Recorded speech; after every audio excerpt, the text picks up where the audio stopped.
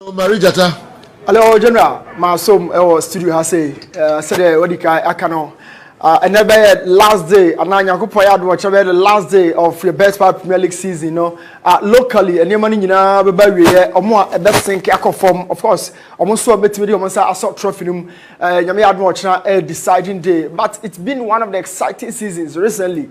General, makes me experience where you look at football. Say during the last stage, and the league, decided narrowing everything down here. Kessben United, of course, on Adriana Stars, facing. Now, this season a 612 games and a season presenting my now you're 594. It means we have too many just here a watch screen so Baku bet me a Habaku season, of course, because when you can slip off the summit of the table. I'm coach of friends Kessben Midfield United and Aisha said if a medium earned to me and all the 3 points or a single point and Tamale City Midfield United after the exciting season at me and ya award Nana Fosuji Abuano General met me AJ season. Share the reverse encounter of this game. Ekoye 0-0 na share Nyankopon yard much na a lot of changes technically bebam ya Sanfufro and starting season Edema Adriana Stars and a kakra Joseph Ado experience coach and as a goalkeeper ebe taking over at the goal post share the team no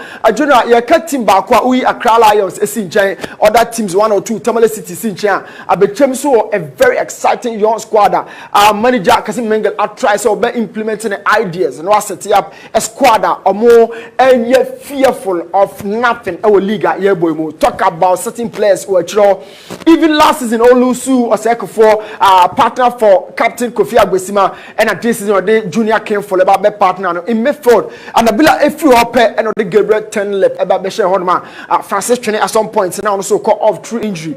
Oko left back position on my Paula Kweniwa no Ababenya Kojo set formerly of Asqua Deportivo back in the goal post. Yenya Abdullah said last season now on Marshall goal post, but this time around a young goalkeeper like Aziz Dari and a general Babadem. Kessben United and the best attack on Kumasi Asante to this season on 44 goals and Munyano are producing in the final third. But of course, they still remain as part of the best defensive line. League and not there. Omani Adriana and a pair on 25 goals conceded each. It means Kessben team is solid. Talk about 4-3-3, 4-2-3-1. The possession play for Kessben Midfield every single time or best step on the pitch, you really understand. Said Kessben dominating on the ball or even off the ball on the counter-attacking situations. Kessben dominating. They've been scoring for fun. They've been creating chances.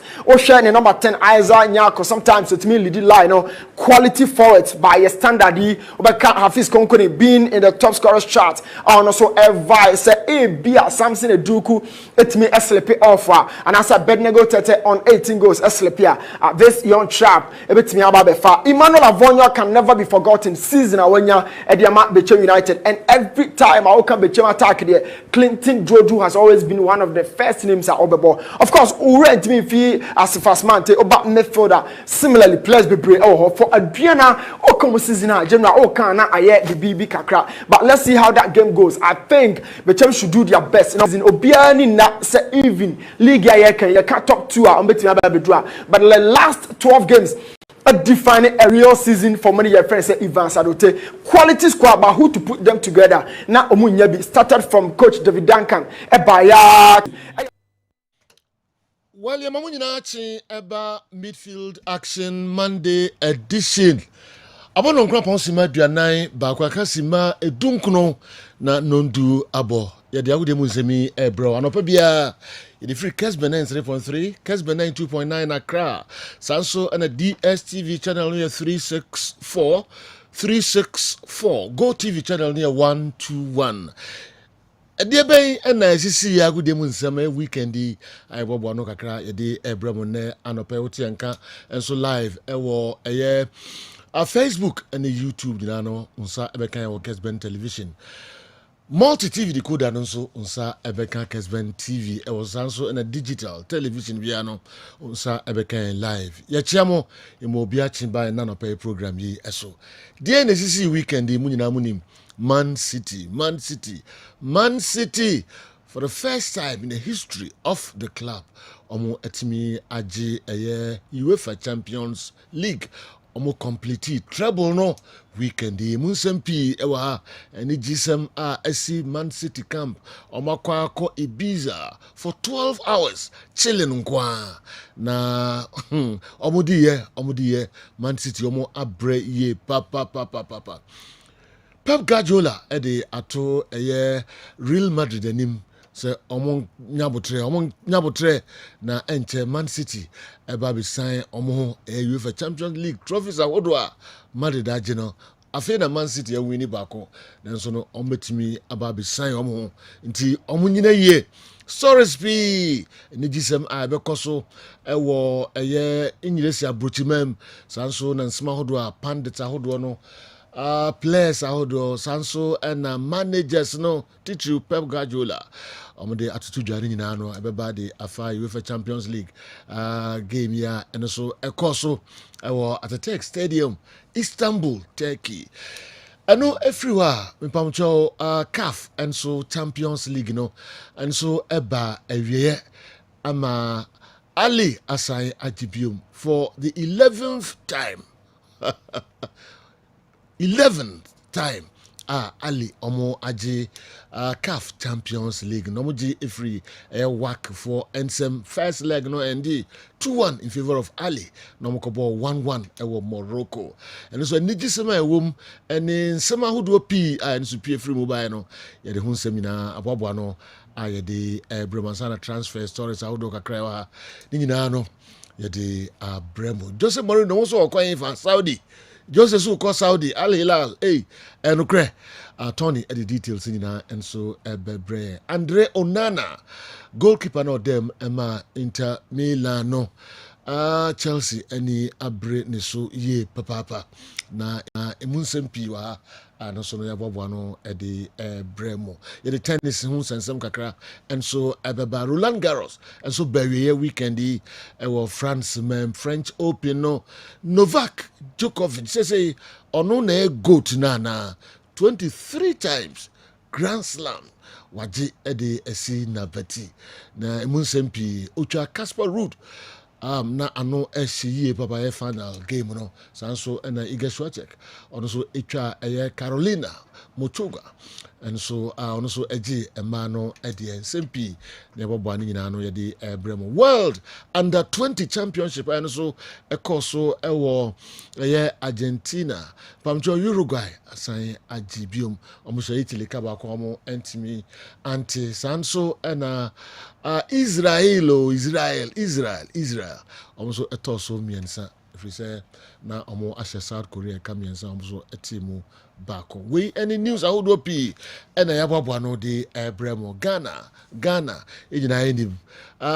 Premier League no barrier weekend na enyasam kitwa ewo takwa Midiema for the first time in the history of the club omo atimi aje Ghana Premier League no na 47 years any and club be a free western region etimi aje Ghana Premiership no Midiema yomaiko moya de papa mati obia nim takwa western babia mati obia anim na nijia mate se ekoso ewo takwa ne mpotem wo de yenya hwahwe yenya hwaba na ye de ho abefroforo ho kakra obi ani ho awiase ompani die mudi se mugimoni munyimoni Tony ubenya na senka wotakwa menya nka me ye adwuma ne free ho yes ana senka me ho na nka mo yes my adwuma after hard this week no so also to me enjoy kakra enti nka menya kama me kwan kakra be 2 days be na nka mo takwa na nka woni hwan na beko na nka mo hwe akiri wa ha woni hwan na beko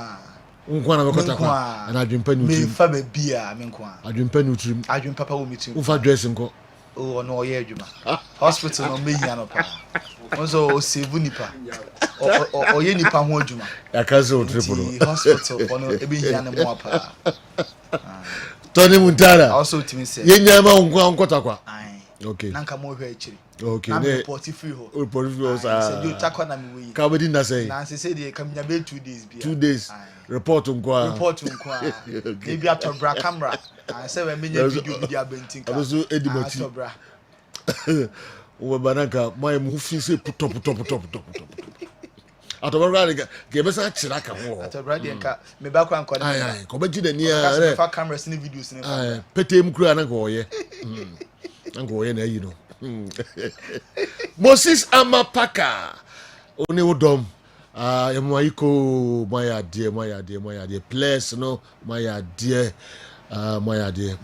papa nemom ni dear no monye dear na mo gidi nyina nso na mo plane de ombeye e wo CAF Champions League no enso emu yetamachi bibia mu no yetamachi no so bibia so bekoye munyimani mudi se mujimani me diama Tony Montana dear the course of weekend na yatra no pay so say Silvio Berlusconi na oya prime minister Italy wanya ne baby ekwa no pay we nyankopon dia ye ka ho nsem efri say ye nim papa roller o play e wo football mu e wo Italy why prime minister in 4 different governments e wo Italy nyankopon onfa wo nsie Silvio Berlusconi abayodie or worth 6.57 billion US dollars.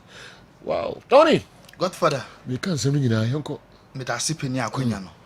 Emre na so ye hwen sama ekoso onkofo ekroso ye nhase enfrem French Open the world of tennis ho and then enkofo ekroso sam ye nhase the free call man FM Saturday and the grand finale ebo so Roland Garros finals no emano Iga Swiatek ono ana na obagie because from day one watch the tournament no obe defend ampeni empower team age Iga Swiatek ono ene Caroline Muchuva and a boy ya Iga Swiatek winning 6-2, 5-7 and then 6-4. Jimedini lasted for 2 hours 46 minutes and Sana Iga Swiatek winning Hama bibia etimi akwaso kama edi amano ye kwa mema na fema enwa and finals ne eba Novak Djokovic say while standing ono kwa and etimi age 23 Grand Slam titles and nada ono so eche Kasparud etwa game the name more than pa 7-6, 6-3 and then 7-5 Emma Novak Djokovic and so hit me edge say what Jack Nadal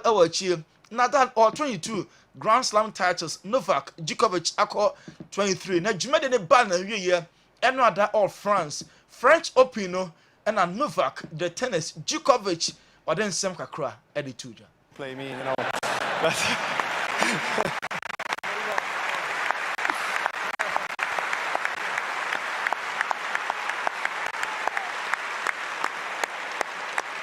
if I lose earlier in the Grand Slam, you can win it, no problem. And now I would like to say that it's a great honor to have Yannick Noah today. 40 years of anniversary since you won here. I remember, I was really young when you were retiring from tennis, but I watched your videos with a great joy and I just appreciated and loved your enthusiasm, that was transformed into music after your tennis career. And we winner French Open, remember na from Novak, the tennis, Djokovic, and it's in Serbia. Almost some is so proud of him because was selling Omomano very high all over the world. Will be a boss Serbia because of tennis. Player Novak Djokovic no more than what me about so far. Yenko soccer, Yenko UEFA Champions League Saturday night, and about our Tech at a Tech Stadium Inter Milan and Shebi Man City Eshebako. Rodri ne the only goal of the game. Sa goala a peer from a Koya Shamianti Inter Milan anti anti Man City and the German first ever UEFA Champions League. As I say, Omaje treble, Omo Agi League, Agi FA Cup. Agi Champions League 1999 Enema United AAB for the first time after Man City omo neighbors nso etime emulate a omo aye 70 Man City and as I say omo aye European champions na omo wie match no per Simone Inzaghi aye coach Edema Inter Milan no say ball omo boy and chance to pay from buy no oye so proud of Nicolas Musa match we there na omo deserve class omo be lose trophy no yentie nsema coach Simone Inzaghi di tuja. There, you're always in the game. So, what's the greatest regret? Well, it's we do we do have regrets because defeat is the worst thing in sport. But at the same time, I had to congratulate my lads. They were clearly sad. I'm very disappointed, but they must be proud of their campaign and of the final they played. They played a great game tonight. Obviously, we didn't deserve to lose. We played against a top team, absolutely. Inzaghi coach But Edema then Nezazuri senior ten Kano say Inter Milan oh ball mo born challenge some creatia na one sem fata cross trophy omo elusu. Name I so proud of the boys in a poor match na Inter Milan players to be downhearted no be a sad. Then so catch me say omo aye juma some about finals no Man City abo na City a show me kaba call omo anti Dancer don't freeze or jump to the defense of Lukaku. When Mr. Lukaku said chance for Bermuno now Dancer don't freeze. Don't you say Lukaku such chance or say no on any day and Kobeshe into young fans said you couldn't show now or no any boy here. What can I say about the chance? I think out of 10, 9 times he was scored, and now the goalkeeper saved it. But at the end, we win together, we lose together. I'm very proud of the team. I'm very proud of every player because we put 100%. We are brave today. We played. We and someone don't freeze. Edited you say Lukaku and a chance of saying now. A man a 9 out of 10 on any day or best. Nebum are so proud. More than the entire team. Inter Milan almost done it against Manchester City. Now City won't chill on Pep Guardiola. You maybe know where your form na name shishi in Nano City. Omo brands na trophy no moje Inter for no aye adwuma pawe and some Denzel don't freeze. At the Etuja Alan Haaland. The touches now very few. On a park no so the 9 anchor ball crying so boy Emma City omo aje trophy no say major finals FA Cup one should go in the finals against United, Champions League semi-finals home and away against Madrid one share and FA against Inter in the finals in 20 match. After the game was in the age and near ma why achieve one that say at the age obetimi ayesa near ma win. In my wildest dreams, I would never think of this as a 22-year-old me, to be honest. But again, it shows that it's possible for a guy from a small hometown in Norway, and this also gives, I think, motivation to other young people that was in my same kind of situation, playing football in the indoor hall in my hometown. So it's unbelievable. When some Ellen Haaland did you just say, oh, one and Quebec and saying, hey, you two coach my chief son, my way, now o campaign con Jim Dinenso ne na bem to reality na we kwa em krancha sem ema omo a omo firi kokituam okono se ne hwan ofiri no we kroketua bi mu na so na obi eboni din we che say in a story that very inspiring obi anso ebetimi arechefa Man City legend Sergio Aguero and so about sports show no so CBS after Champions League na panel no air discussion post match and on also by Aguero say the Niaje passing the former club City omo agit of nimum say dear or joining Messi Inter Miami omo kohon makako chile pa yinti Kun Aguero. Just one. Okay, thank you now for everyone and thank you for the Man City and I love City. Wonderful. I love City.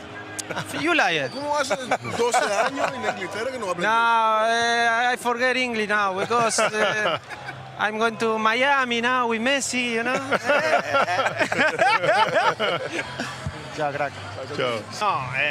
No, first I'm so happy because for me I love to City, so for that moment, you know, the last Champions League we lose, so now I'm so happy because finally it's for Man City. The last Champions League final City call no omo lose yenti we die na ni agese no former club City omo ade Champions League no now nim so ni Messi omo eya yonkofo pa no so say die o join Messi Inter Miami no Super Mario akosi Bewa Balotelli edi komo CBS Sports show so still on the show Thierry Henry also clarify niema clarity ni san ya also clarification say Kofoka say or Johnny PSG as assistant coach.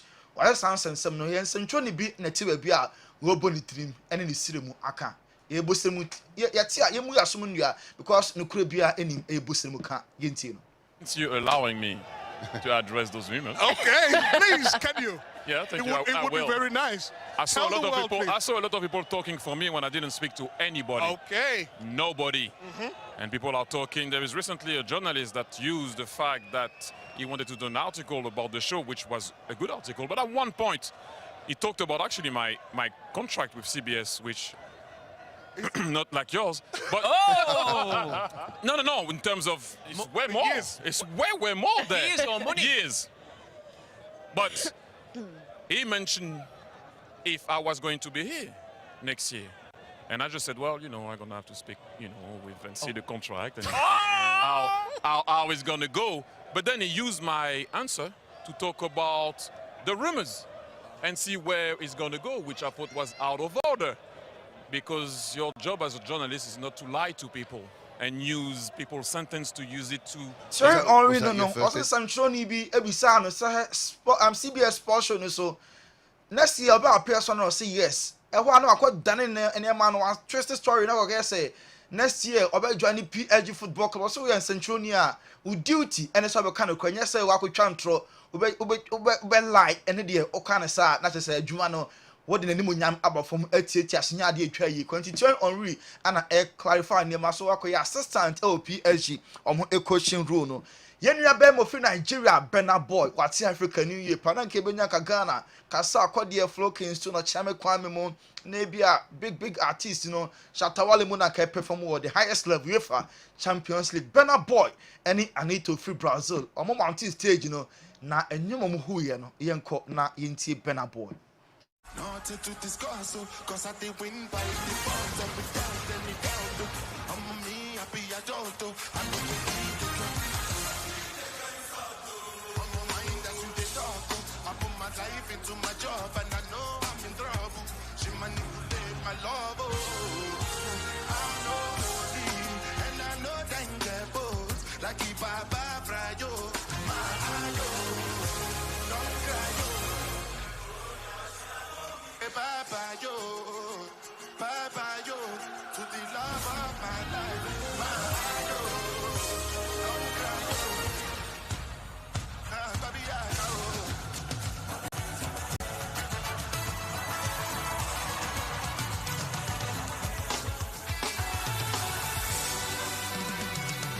Nigeria here no free friend Bernard Boy on an mountain stage now or perform UEFA Champions League just a big stage platform no super say areas UEFA whole tournament final na woman to stage na waje microphone na wo tunu mu bia edia senti Bernard Boy and ehwe no afterwards oko CBS Sports show no see na mi age so perform e UEFA Champions League ase.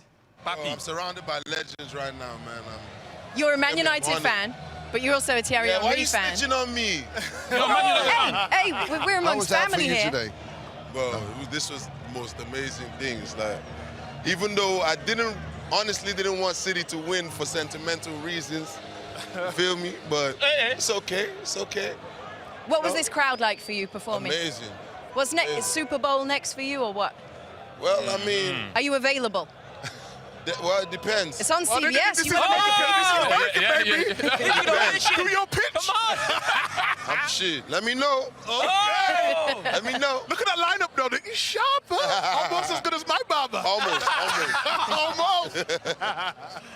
No, this is amazing, man. Full disclosure, Jamie Carragher has no idea what Afrobeats is. He might make out like he knows it now, but he don't know. I haven't got a clue. Nigeria, some guys say BBM, one lady, BB, but distance no crowd, so crowded. BBM. Level no. Wow. I said, Che, Bernard Boy, he no quiet, the NBA and I, yeah, on the comedy program so. And a man also no, okay, King Charles. Yeah, me Coronation, Tiwa service. Yeah. So, okay. Tiwa. Yeah. Oh. Now you go for you go for you love 11 Ruana. Wow. I feel more can say a Super Bowl. Yeah. And no more editing to almost started advertising on Saturday. Almost per confirmation. Also, it depends. It depends. I know when you grab. I'm a level not shoot too much. Too much. Level not shoot too much. Yes. Bernard Boy. Up Niger. Up Niger. You go. UEFA, about the team of the season about team goalkeeper no Thibaut Courtois, defenders no Kyle Walker, Ruben Diaz, Alejandro Bastoni, and Federico Demarco. Midfielders John Stones, Kevin De Bruyne, Rodri, and attackers no Bernardo Silva, Erling Haaland, and Vinicius Junior. Why? Nandidi Amemoa, Ashakil Pan, Kofocus and also Konona, a very Tibo Quatron, so on my agony, and I saw no money, to the message about and I said, Joe, so I am home at Jumakama. Ederson, a goalkeeper, Edema City. On my Champions League, the way I pay any GNT reporter be. Or the shaving machine by park and so and oh shaving the kama pa nti omodin komona na chese ha oh shave and central nti central ni shave no free Brazil ti Brazil form you na ehia and ahumi no obi e shave ni yonkunti Ederson Champions League dey watch dia energy na team a bibia o even players no and nam COVID parents so and most of them ekọ Ibiza ekọ chile for just 12 hours and no returning nti goalkeeper Ederson and e shave ewo enwa chi after the game kakra eno so pie ya now the down Emra Africa na yemra yem so Champions League enwa final match na eba so Mohammed V Sports Stadium ho Walk of Morocco ehye kabako Ali ehye bako first leg no na Ali every 2-1 fie into kaboma aye 3-2 on aggregate Ali edi aje Cafe Champions League no we am pretos makomako do back the 11th timer Ali omo age Africa yen Champions League no na players no after the game enyom enije Ali players no komo tonyo sa yenko Morocco na yenhwe El Ali omo players na Nigeria na omo because omo age Champions League.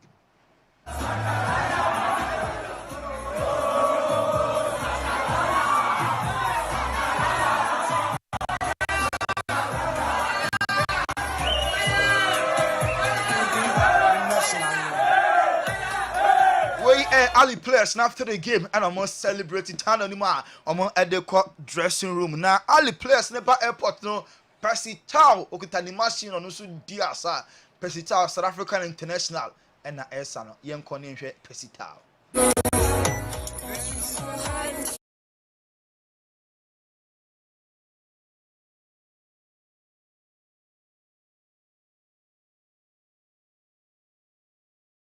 Ali players no airport na trophy ni si ho a omo edi di asasa no na Walk of Morocco fans no na bi me disappointed no so kakra achie no atwen ye esesa ne ma fin a omo ye ever stadium wonti Walk of Morocco supporters ni clean the entire stadium efin bi omo ye bia no mo ngasa enya ntoboase esan so e clean ti work omo so mo su match no nenso omo supporters ne die omo e clean the entire stadium ansana omo enso e free ho edi akofi Ali na je trophy na Ali e free ho kofi no na work supporters no e was stadium ho a omo nso esesa enema efin a omo ye sad news former prime minister Emma Italy former president edi Emma AC Milan no e owner Silvio Berlusconi wadani bunkum so at 86 waye p edi ama football Hoton AC Milan now so asat another team Monza this is omonye bad currently Berlusconi anyanya ne baby eko ene 86 years and a former prime minister of Italy onyaye na yarosempa football yenya yenko China Messi ni Argentina prepare for friendly game omo any Australia ebebo na China for the omo nti Messi ujai obi aso do Messi nti obi a efa no phone na Messi so team bus so hotel so stadium obia ebe se onya Messi phone na odi ekofie Claudio Ranieri the thing come on oye former Chelsea why manage so many big clubs na obo adwuma pa Serie A for the third time or the Cagliari asanso aba Serie A mu playoff na mko ball ye Claudio Ranieri ayedwuma hema se die e ka Serie A clubs a Cagliari abeka ho a ene gye wo mu ni su no Papa no ana yesho our Kessben television so you send both Weekend with Soccer Aid Charity Foundation rest of the world 11 and after Soccer Aid England for a ball friendly game you send both skills pa on na twetwen sa no former 100 meters 200 meters athlete no ana eye juma o shego wie no ana oye Marcus Rashford no sign na aya no de nsesi na adwene ho no ntini goal on share nie you send both and no just our fans ne ho na koye the famous Marcus Rashford a celebration because on so na for pano no or support Manchester United. Nacho Fernandez, mad defender no obe extend it watch 1 year or they kind of contract with Real Madrid Football Club. Now when so Joselu Madrid pen player no so Spain or national team as well. Yeah, also on the for now. Unyante here. Alejandro Balde say next year Barca Champions League no and Omobeje at the free city. Among some Chelsea, Epe Angie Onana, say yeah, among all for 2 players including Lukaku. Ama say Inter for Epe another goalkeeper or more Edin Kumupewi. A Chelsea goalkeeper Onana a bit me about Chelsea. Godfather this you. Now Saudi for the back I cannot move. They say omo Tobia, Jose no makon. Ah he laugh for no. Omo the sikadi rough. Omo si Jose Meji. Agragrosa wo wan say woduro. No ma fan say start as na Ronaldo dey buy no be di management Benzema also media internet ni transfer you see. You answer the Ballon d'Or na Jose oye dem dey beko. Do ye say Roma for ni na menye so say bebem. O say heya na bo ni baby akọ. All right enche Jafo have a chance na fi yahwe foreign stories no emu. Na to book Burna Boy for any country for a show, the organizer must first have to pay a performance fee of $500,000, 300 million naira.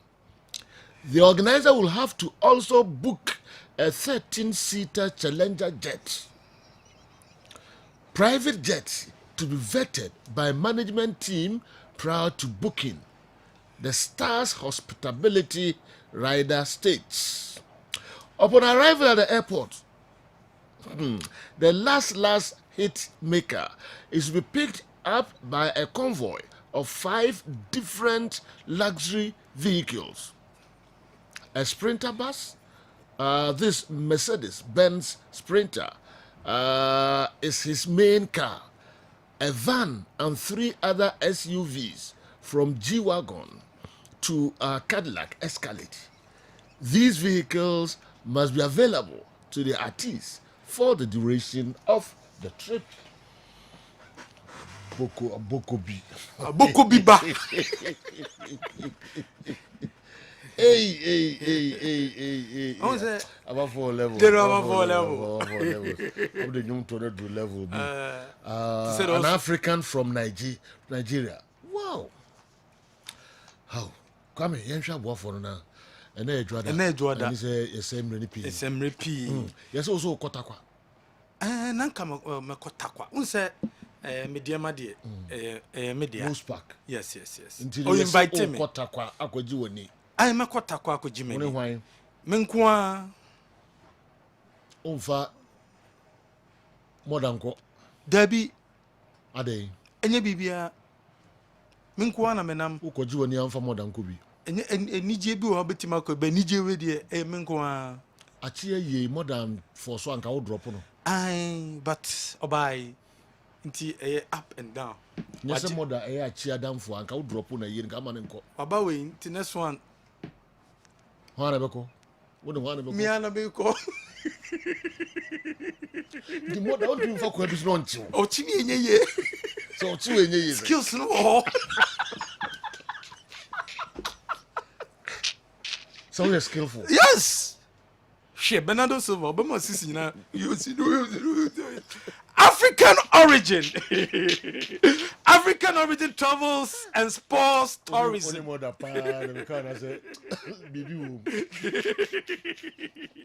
African.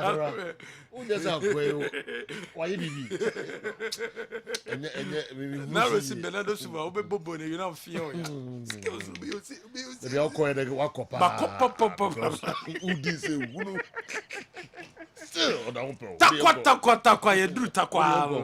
African origin travels and sports tourism.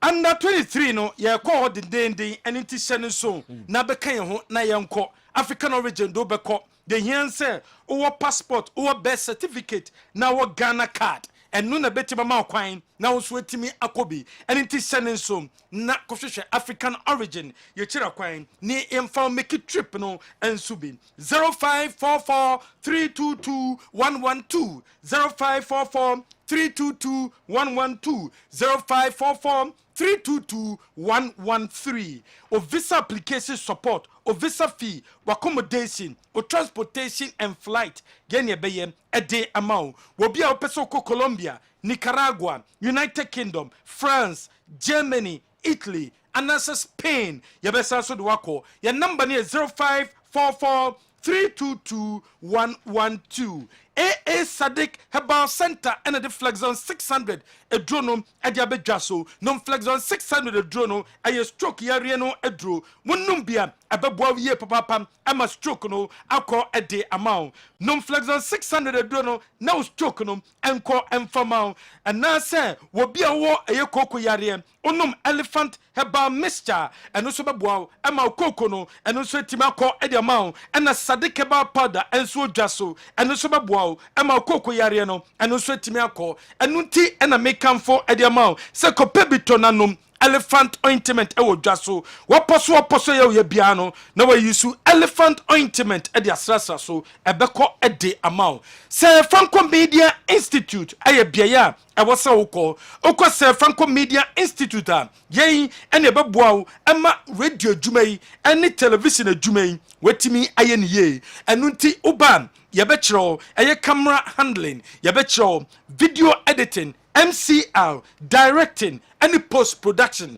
Jumedianum, Yabetro, away say, Oba, your nice studio, Albania practical say, hostel facility, and so on the mount, we are betting me and your baby, and so attachment. Apart from no, will be a personal sports presentation. Any commentary, and as a news gathering and casting, and as a music and a DJing, yabetro, program hosting, marketing, event and promotion. Nina no kwasa Franco Media Institute. Nimdianum on Sabetimiaka. Your number is 0557 853 853 0557 853 853. Number way and I was so free and so I was so. Niwat Scientific Clinic and Diagnostic Services. Ko Dr. Nimo Asweyem. Na Dr. Nimo ane clinica okon hwa obi a wo problem e wo wumbu no mu anaso bema no entimi enya adwuma ye Dr. Nimo ebetimi aboa ama bema no etima ye adwuma ye wumbu ne problem no ebekọ ade ama obi a wanum pampan no sebi mpeduasam enkoye Dr. Nimo ebetimi aboa eno koda nche obi a wanya fibroid wo kidney disease bi wo liver disease bi anaso wo typhoid fabra ya hye ye number is 0244 087 687 0244 087 687 Kumasi yawo atonsu Monaco Junction yane adansu rabang no edi inhwanimu anase circle in crime yane eye yawo Fotorama building nimu yane golf filling station di inhwanimu aye ben NS chemist ko ni what scientific clinic na yamwa show max pronum.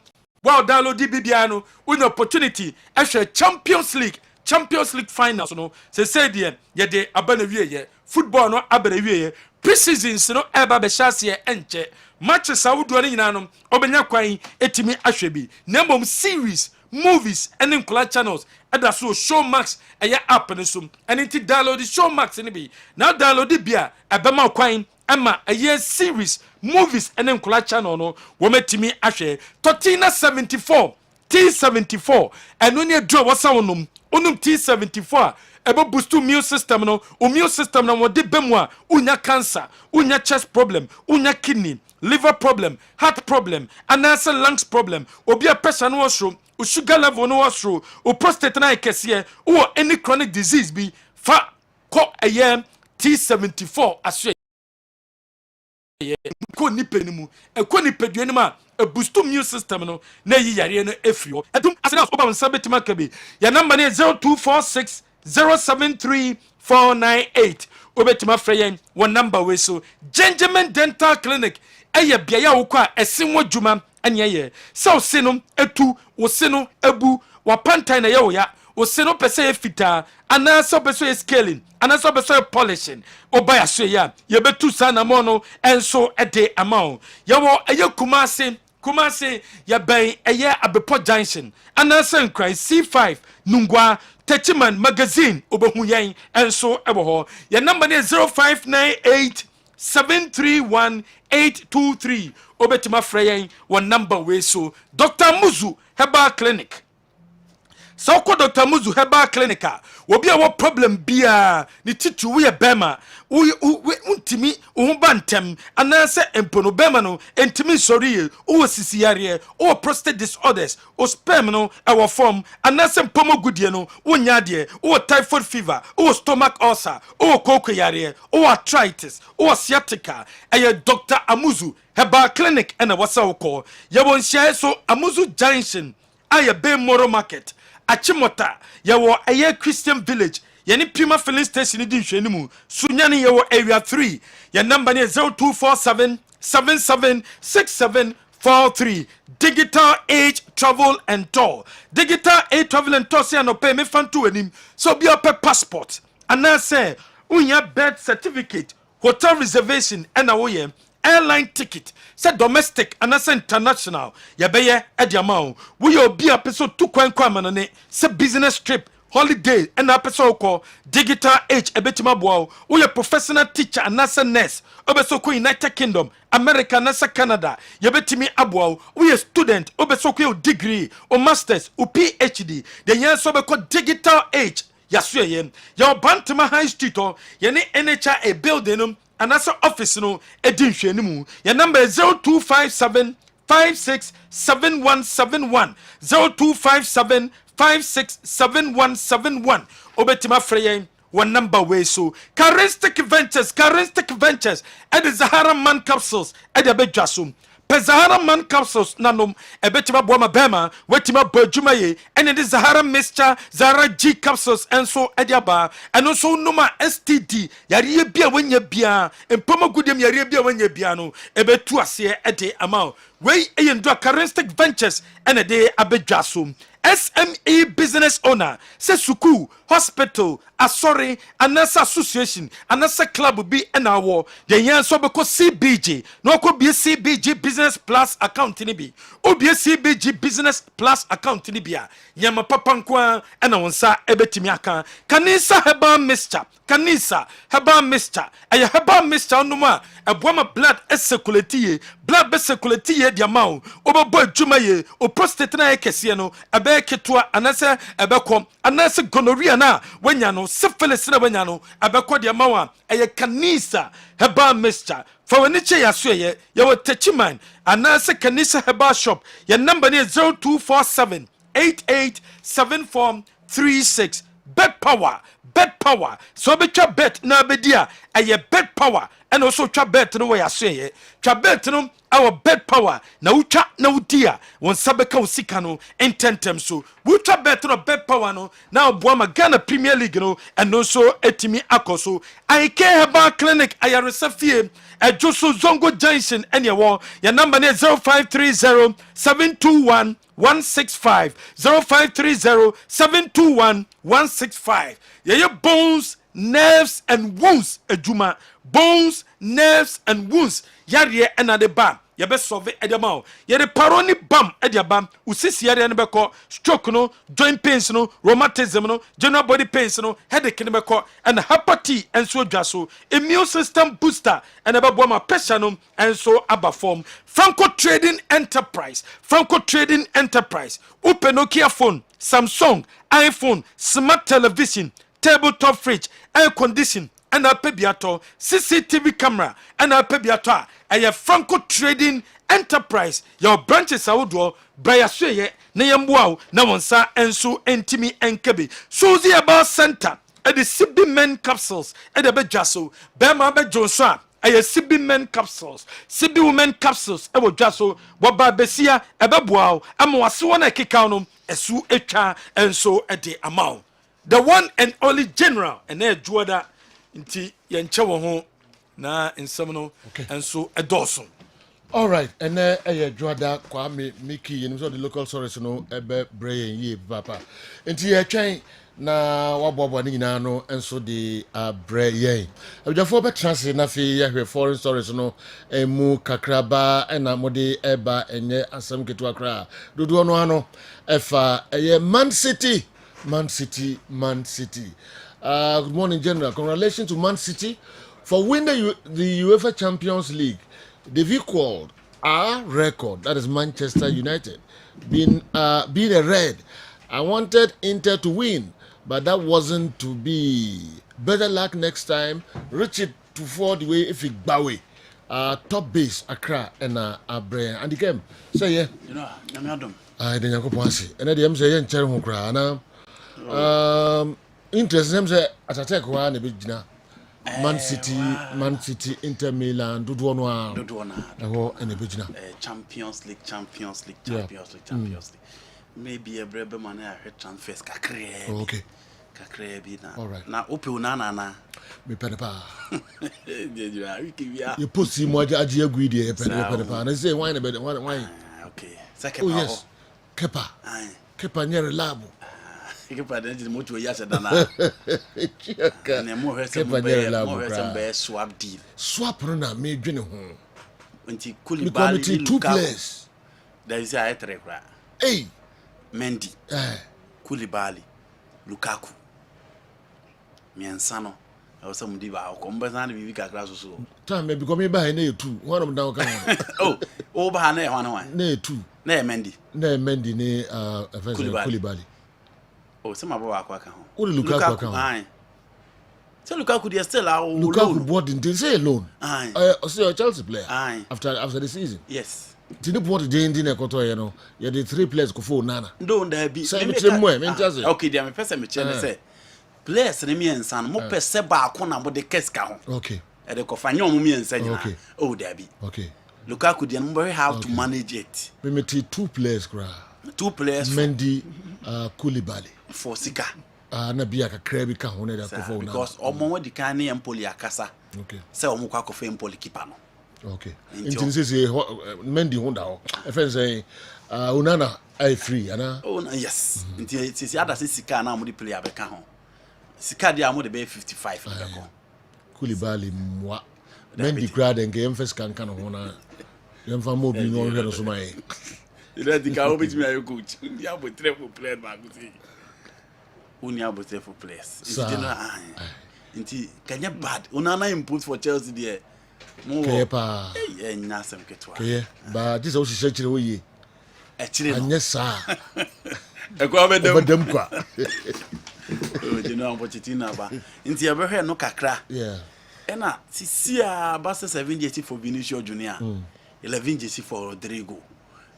Bellingham's up at 22 now. But you know, attention in our bay. The UEFA Champions League final. Now, of course, what I'm talking and there. Athens, Italy for no. Wembley, France, Spain for no. England for no. The Aja Tatoka Bosso. Because for the second time, yeah. Omasa This is after only the Champions League, Omo arguments is Spain, you're better to England or Besabada. It is a Champions League final. No, a shocky one, an inter shocky one. Because what shocky me? No, you said Kefala. And it's in our casa. So I'm imagining football. No, be glad as all done. Or in the Tamun and what? Or the choir man yourself. Oh, catch us. Easy, I know, boy. Easy. And I may catch us. We say winning. Of course. First of all, it's going to be very close. And I'm catching once it is close, it can go anyway. And I'm going for Inter. One can say you are going for Inter. I say Inter will win. And I'm going for Inter, and Inter will win a difference. Yes. Two teams in both final. I mean, different from so because we be who say when I'm saying I'm going for Inter win. Say any way be win another crop. Why never win? Me say I'm going for Inter win. But different. I think that's what you want. Difference in him. Why never win? I'm going for Inter win. No, me for be I will say. Me see me team we 2 teams they be but me we and they say we be winning. The question was why never winning? Right. And I'm saying I'm going for Inter. Okay. City are winning. Yes. City are winning. Why never winning? For information, I'm going for Inter. City are winning. I was there watching. Let me meet your Pakini Honorable Kojo Baraji. All right. And I could be a champion so tia. And Ben and I about that. And Google man and nothing wrong with that. And you're now when you're comfortable, I want to take critical chance. That's how my his or Chobia.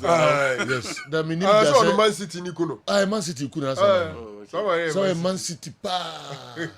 Na ni ji oko mu weekend you know. Nyame nkwa ne nim do say odi na say nyina mamo.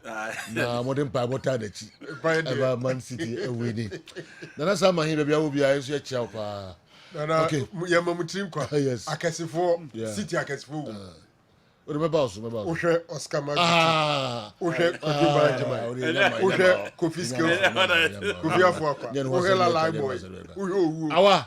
Oshe Delson. Never ever kataka. Omo nyina pe Guardiola Brigades. Yonko. Ye neko. Sejo ene. Leaks na Inter win no so can be. Inter. Me say I'm going for City. Yeah. Told him now City be share. Yeah. I was going for City. Awa kasankanya sema sene no hu dwe de nko predict ndi kwa se feel. David. That's a football there. And then show logic no. Football follow logic no. Say ka we see we oh, football baby wow jo. Ani ye ya kire. Na men predict so bi be she na wanye ne team ni enu akwa.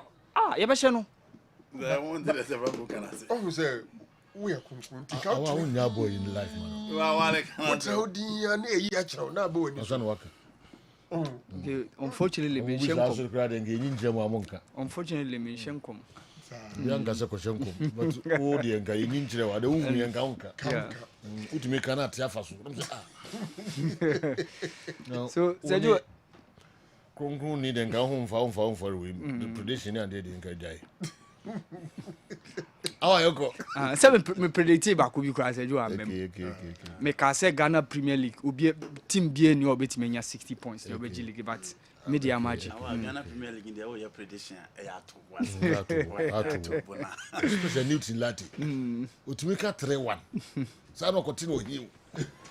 Ghana Premier League in the prediction. Sergio ene be Ghana for more than various leagues na some but MLS ekoso. Sweden enwa Italy relegation tire breaker ekoso na yebehwe.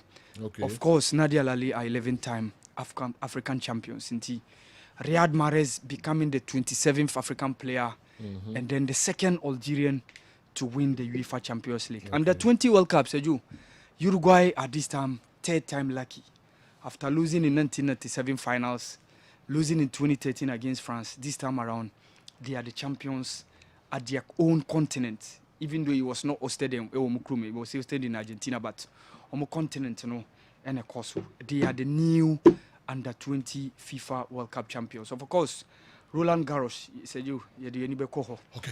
But Sergio, I no pay Silvio Berlusconi, but then he been so. Okay. Good morning, General. Pep Guardiola once signed a player who was nursing a long-term injury. He was vilified for taking that decision. Fast forward to last Saturday, and guess who captained Manchester City to win the historic treble? Ike Gundogan, the player who was Pep's first signing of his City reign. Conviction over convenience, defined here. Clifford Cheba for Woodbridge. America mem and the way I bred Newton. Jonah. Your ball league and so Crown Bepson never first be home more SNK I call from Division 1. Okay. It's so tight. And the may features a Franco Naro. Now you discuss it honomo. Mathematics be cost butu. Our relegation for yes, sir. Okay. A form horse ship papa. Now Master in was a Franco trim. I say the cupboard no so discussing into much detail because in the public brain I am confused at this point. Okay. Should King Faisal win? This is the question. Okay. Their case now. Okay. Yes. Back of France, but Franco has a lot. As we speak, Faisal is on 42. 42 points, yeah. So we need case now. 45. Ebasa oni Olympics any Accra Lions. Omomi ense nyina 45. Yeah. Yenim say Tamale City any Kotoku Kodada. Into King Faisal Olympics Accra Lions. Should King Faisal win the appeal, who joins the two? Okay. Omomo 45 ne me ensa. Yes. Okay.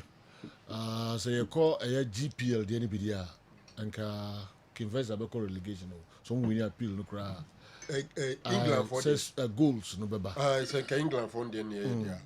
Okay. The hands are Debbie. Oh, okay. Debbie cry. And you corner ya ben watch it because King Faisal is it -11? Yeah, Faisal goals aggregate near -12. -12, mom. Yeah. Okay. Tamale City were +1. Accra Lions were -7. Okay. But Olympics were -6. Fortunately for King Faisal, we are not using goals difference. Okay. And at the time. Young comrade na educate here. Yeah. It was same way. And media masonite Tamale City game also so of course. And na a crown almost season, you know, that was the climax time. You better game no per Okay. Now you discuss a few things over general. All right. Yeah, financial swear. And again. Yeah. Inter winning.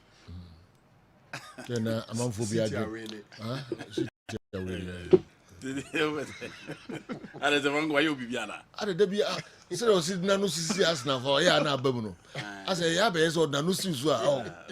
Now we think local kumune kuko. Match no man phone him say falau. Sada me imagine. Afedu abi na Guardiola untimi nyina. Na me say difference 3 bi there. Sir. Yes. Opa ke ga first half o mo she 3.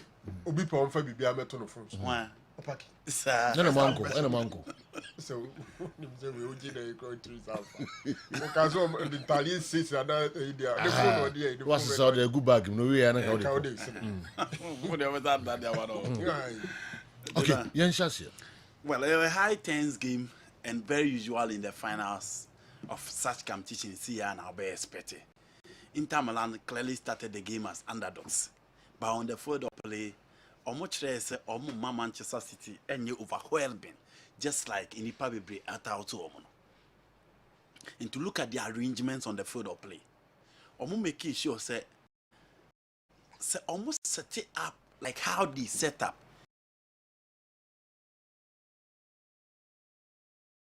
Making sure say all three midfield will try to neutralize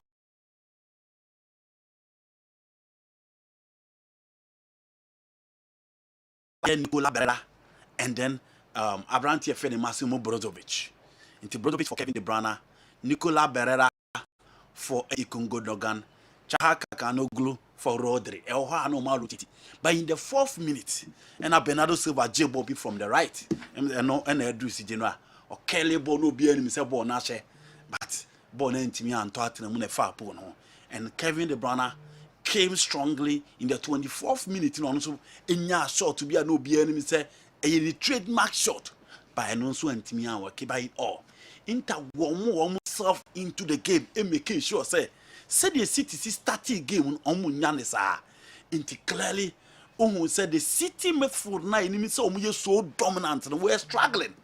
Into John Stones was the constant spare in midfield and now say.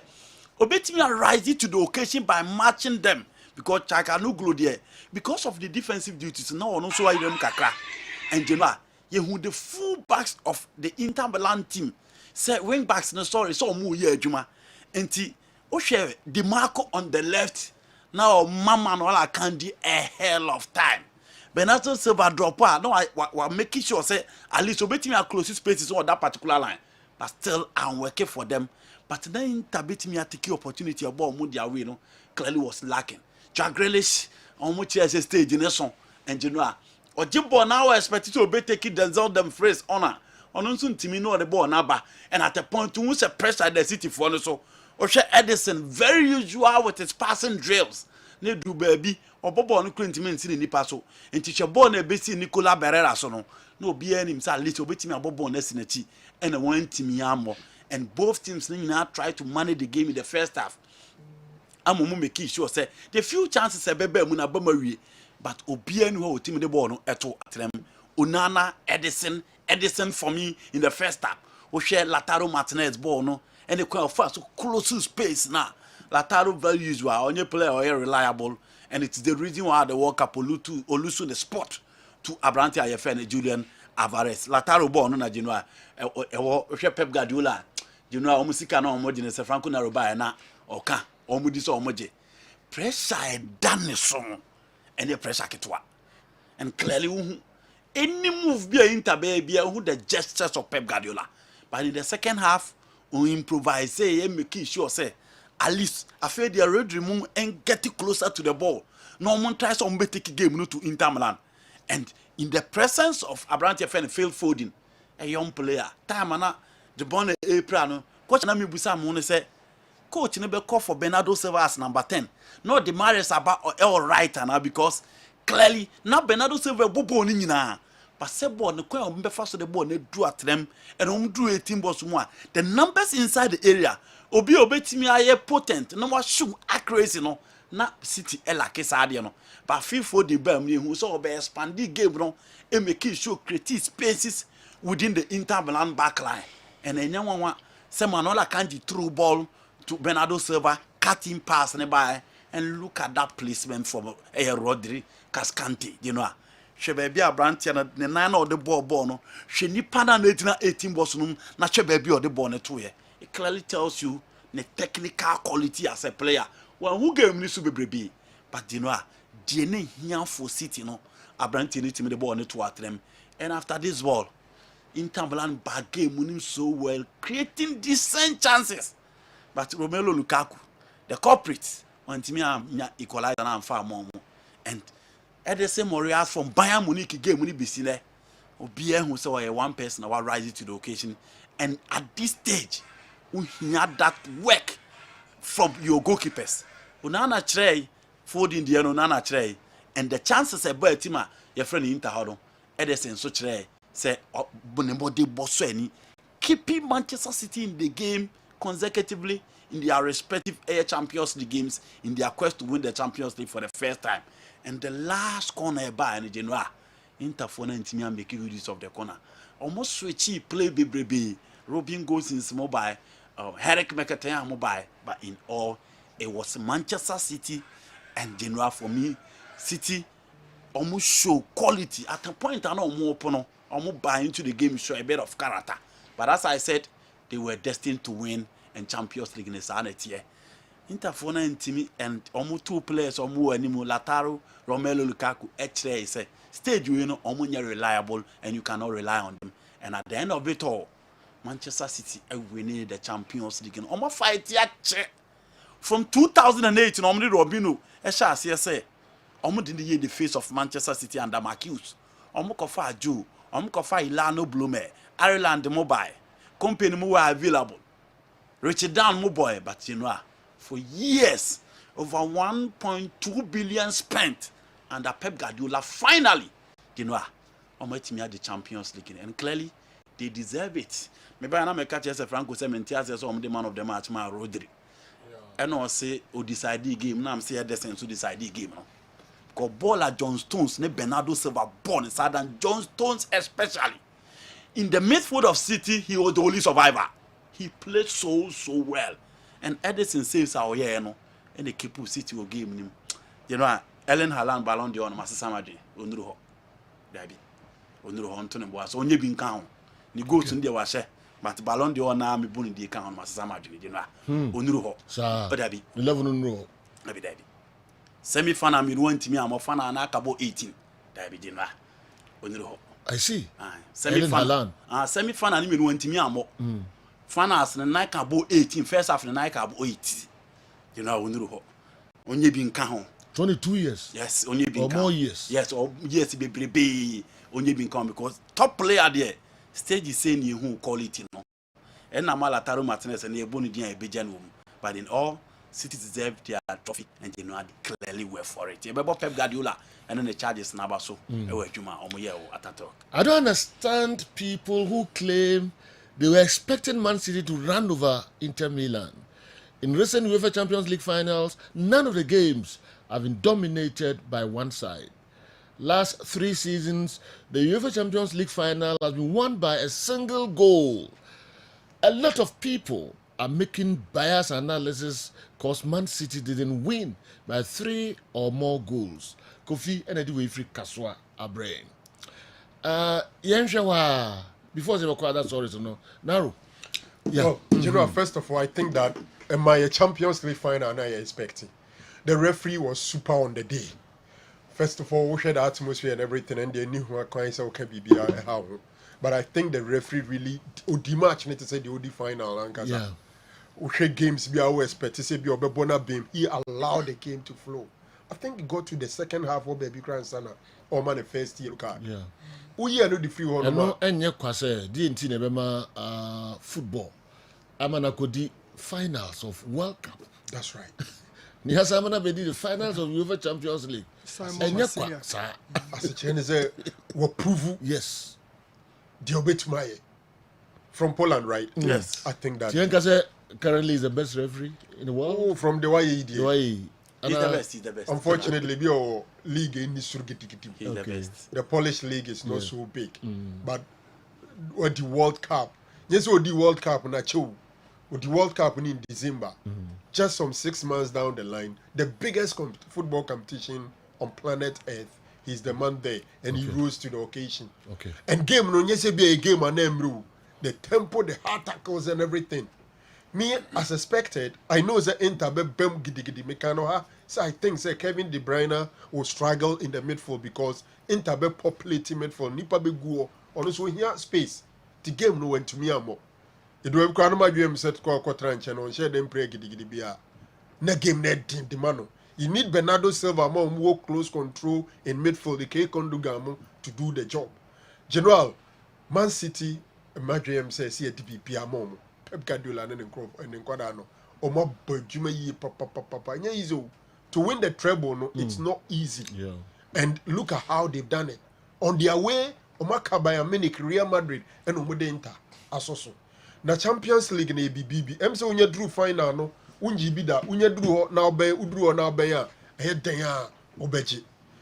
I also think that I saw John Stone as an extraordinary player. City midfield in general, he basically was the driving force. Minim they na running the confidence and all that. But I think so more mood rated Jack Grealish gidi no mon san hwe biem. We improve, but he's not there. A winger who cannot take on defenders. Many achito am catch that he said, what Jack Grealish? Ne pass bia bebechiri. Afedu rebi na achibofu. Bo bi obenye bia de bebechiri. Onana indeed on the day SHS or goalkeepers mu Messi. Extremely skillful, both legs. You know, we've watched a Champions League game, but I think say Inter have a very good account of themselves. It's so unfortunate for the Italians. Say in a season, Obeko Confederation, Obeko the saying Champions League final, Mubenya rep, all the 3 European titles final. Now mud the 0 and they and they lost the under-20 World Cup final against Uruguay too. 4 finals. 4 finals for Italy. Under-20. Conference League, Europa League, Champions League. But the KBB shows that Italian football is on the rise again. Sisikane say Roma, no more talk as if only bia. They will get back to the top. The unfortunate thing here, the Juventus must say, yeah, or motivate to more points. You know. Other than that, I was so disappointed with Lukaku. First of all, Obemono, you felt his presence. Born Obebo Bipau. My dream say, time no by no, influence near do the game. But Omo Chere football, but catch was a basis. Crossing if he left a bar, head left. Because nature keep an enemy, actually. But surprisingly, Lukaku free header and baby on the ball no to, and I think say and no near there. But football, it is what it is. Okay. It looks like near Man City there because Obe had the ball no crack on that Lukaku. Born MB2 be na bupu. So it is for them. And Yamo Mabaso, treble winning Man City side, investment, consistency, proper recruitment, and all that. And a Domaba Bedru given $900 million. I will have won the UEFA Champions League for 4 consecutive times. I'm talisman anyway ever. He's now come to Mourinho's level. Was they giving that? $900 million. So within that period. Pep Guardiola. It's more than that. Okay. It's 1.2. Okay. Figure there 900 million. But what check your others there? I will have won the UEFA Champions League for 4 consecutive times. What check your others there? License chronic. Tell us what. Only this season, how many has Chelsea spent? No, he's not talking about what Chelsea has spent in this season. He's talking about the amount of money spent under Pep Guardiola at City. And I make say, what check your said this season? Saying that Chelsea has said. Yeah. Now this season, saying under one coach. Saying that Chelsea has spent this 600. 600 and got 300. Yes. It's we saying no, Pep Guardiola is 1.2. Odugo used to Chelsea example but what can the coaches be giving a lot of sikati say we on bet me so perform. General Pa, I have a screenshot here. No, it's an example. So on also City penny sky was spending on Deka. What I'm saying is that Sikana alone is not enough. Chelsea the other one be a bomb say I the country I must spend 600 man every Ubieka. Another example there. David Tema say, Master say Sikana Kwa is not enough. That's true. So Chelsea spend first almost spend I think 300 or so. Scan almost spend say not Thomas Tuchel deliver ki enyinedi. Ya na nkofo adwo say watana ho ache. E your modern bona be mo watana ho ache. If you are doing the right things, is the reason more will be added to you. Until let's give it to Guardiola and go and check Premier League. Almost spending in recent times. Man City Tosube seats saying in the last 2 seasons or so. Proper recruitment. Obi obeji scaron Tony. Guardiola dey back ko actually and say, "Obetima chire player ope." No akoton dey about no dey na ba be yeduma. In recent time, they are even selling. Who check it this season? Teams are net season about net spend. I think City is around 11th position or so. Okay. Let's give it to Omar. Let them enjoy. They've done very well. Okay. Yantuaso, who deserves the Ballon d'Or? Say Ellen Haaland deserve it, and why? And the cable not offer we buy him. Do you know? See how there is a mess now in the year now. Or better position than all of them. Vinicius only won 1 cup. In the Champions League he played. But where it matters most of Van Shea, in the last minute City played in the final. Kevin De Bruyne clearly was knocking at the doors. But from semi-final, Eddie Babisina, he won the man of the match against Madrid. But everybody who watched the game clearly shows he now deserves, in my opinion. Okay. Now no game your boy is will be anywhere. And these were the players clearly knocking at the doors. Mbappe World Cup, top scorer in France, Champions League, baby a stage in here and you know, on us went to me. Intimacy in a better position. I almost also off for a very long time. Not the best in the European competition. In America, say you games sleeping count next season for us to decide. But I think Ballon d'Or no sad time we are no mobile. Say league calendar no eno mo dey. Inti this year general this year very difficult. Omo ma performing well power club level no man ko World Cup. Benzema did well. Ellen Haaland has done very well. So around this season, Benzema. I can't see this season you Benzema free. Okay. What the man fan is one World Cup and you want to conchain. But general, Ellen Haaland, what they need to do Messi in cry. Let's even take the 2. Messi the World Cup and maybe the French League and Champions League, you know, or my party, you know, French League and Shadan Koyi. But to win the Premier League and set the record 36 goals in 38 league competition and also win the goal king in the Champions League and winning it. We're winning Champions League, we're winning FA Cup, we're winning Premier League. In Premier League he's the top scorer, in the Champions League he's the top scorer. For me, if he doesn't play well in even the last 3 matches, that is not enough to say he's not meriting it. All right. I will go in for Ellen Haaland. Okay. Messi, it was only the World Cup. The rest, he's been an average performer to the extent that the performance is not good enough to stay in Europe. Now people are shifting to spending. Okay. Manchester United have spent more than Man City since Fergie left, and yet have won nothing significant. That's true. Haaland broke goal scoring record in EPL in his first season. He's the top scorer in the Champions League, and the game is now judging Haaland with 2 matches in Champions League, and he is clearly anti-Man City. Hey, and Kofi Edifri Kaswa Accra. Moving to that game. Obomi this time ye anti. Yes, also the whole can say na gwen ye no. Tell me Man City. Oh, this one you work again. Me Man City. Yes. Chiriwobu koko. Yeah, the boy we Ballon d'Or. All right. Dear Kwesi Kwati and Co. Now that dust are settled and we've seen the genius handiworks of Guardiola. Inter clearly played well to my surprise, but the genius had other answers with the Stones master stroke in midfield. What kind of coach is this? Transforming centre-backs to midfielders and turning the likes of traditional right-backs such as Philip Lahm and Joshua Kimmich into midfielders. Island Opana has bought Hussein Ora to Roma, liking his Pep signing impactful players, and their end-of-season results attest for themselves. God bless Pep Guardiola. God bless all Pep Guardiola fans globally.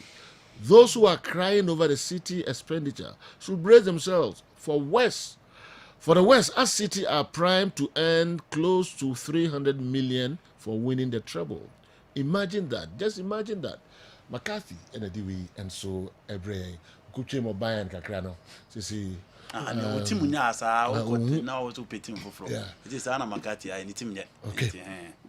Opaki, Yamoiko. You know, Maiko, many videos be Man City supporters are those,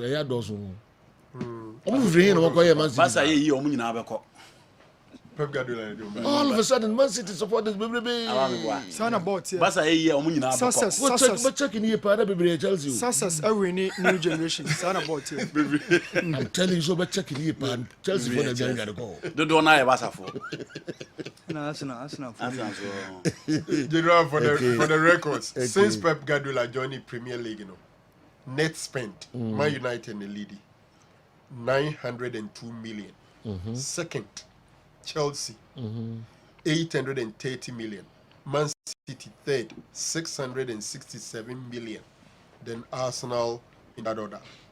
West Ham and the third was into Papa Noya the Enfant of Superman. Among force of ball Lukaku cheaper. La Paz and we free said Lukaku to stop playing football. He did this in the Inter Sevilla game, and he's done same to City in the City finals. Chelsea got and Ejma La Paz and we and so free. The Chelsea got and also Lukaku is disappointing. Oh, you know that is obvious. Sahara and Subati. No, you know that is obvious. Oh, Jatumana. One example too. Onto me more be say. Now me catch Andy say that occasion said in Jekuninya those chances now. Yeah. Kabona Trakasai. Easy game, you know, a Bartron, the big match occasion of finding it, Now Daniel Semfo. Okay. I had the answer of band back to Chelsea. I'm praying to put they won't even believe the Franco. The Marco David, the Marco Diana or Premier now, then who kind. But then in the head and the pen. The head and they say it was easy to score than to miss. We don't blame. Okay. The return of King Luka to the bridge. Okay. The return of King Luka to the bridge. No,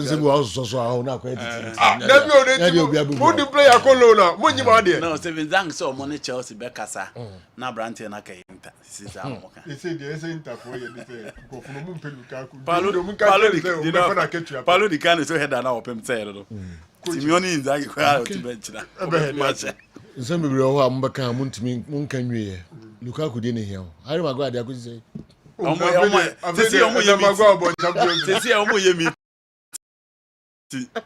Champions League. Lukaku, number 9. Maguire, number 5. Yeah, good morning. I think Haaland deserves it. William Afakwa. Anyway, player, I say Yemfama Ellen Haaland. Ubia can say Haaland. Okay. Yeah, the money better to us after we know Obako Man City. General, I think, yeah, the amount interlude game near Yemamino. One, minim key man and no creator the man team. No, says player of Fabwa and Yemaye who in the final third at the man in Milan. No, minim so be betting about a DB the Achemia. You're not creating enough. Yes, you're bomb basso because we to be control Man City and Yemana man for expecting and yes, and a coso. You say about Boma Tietio. But who was the main creator?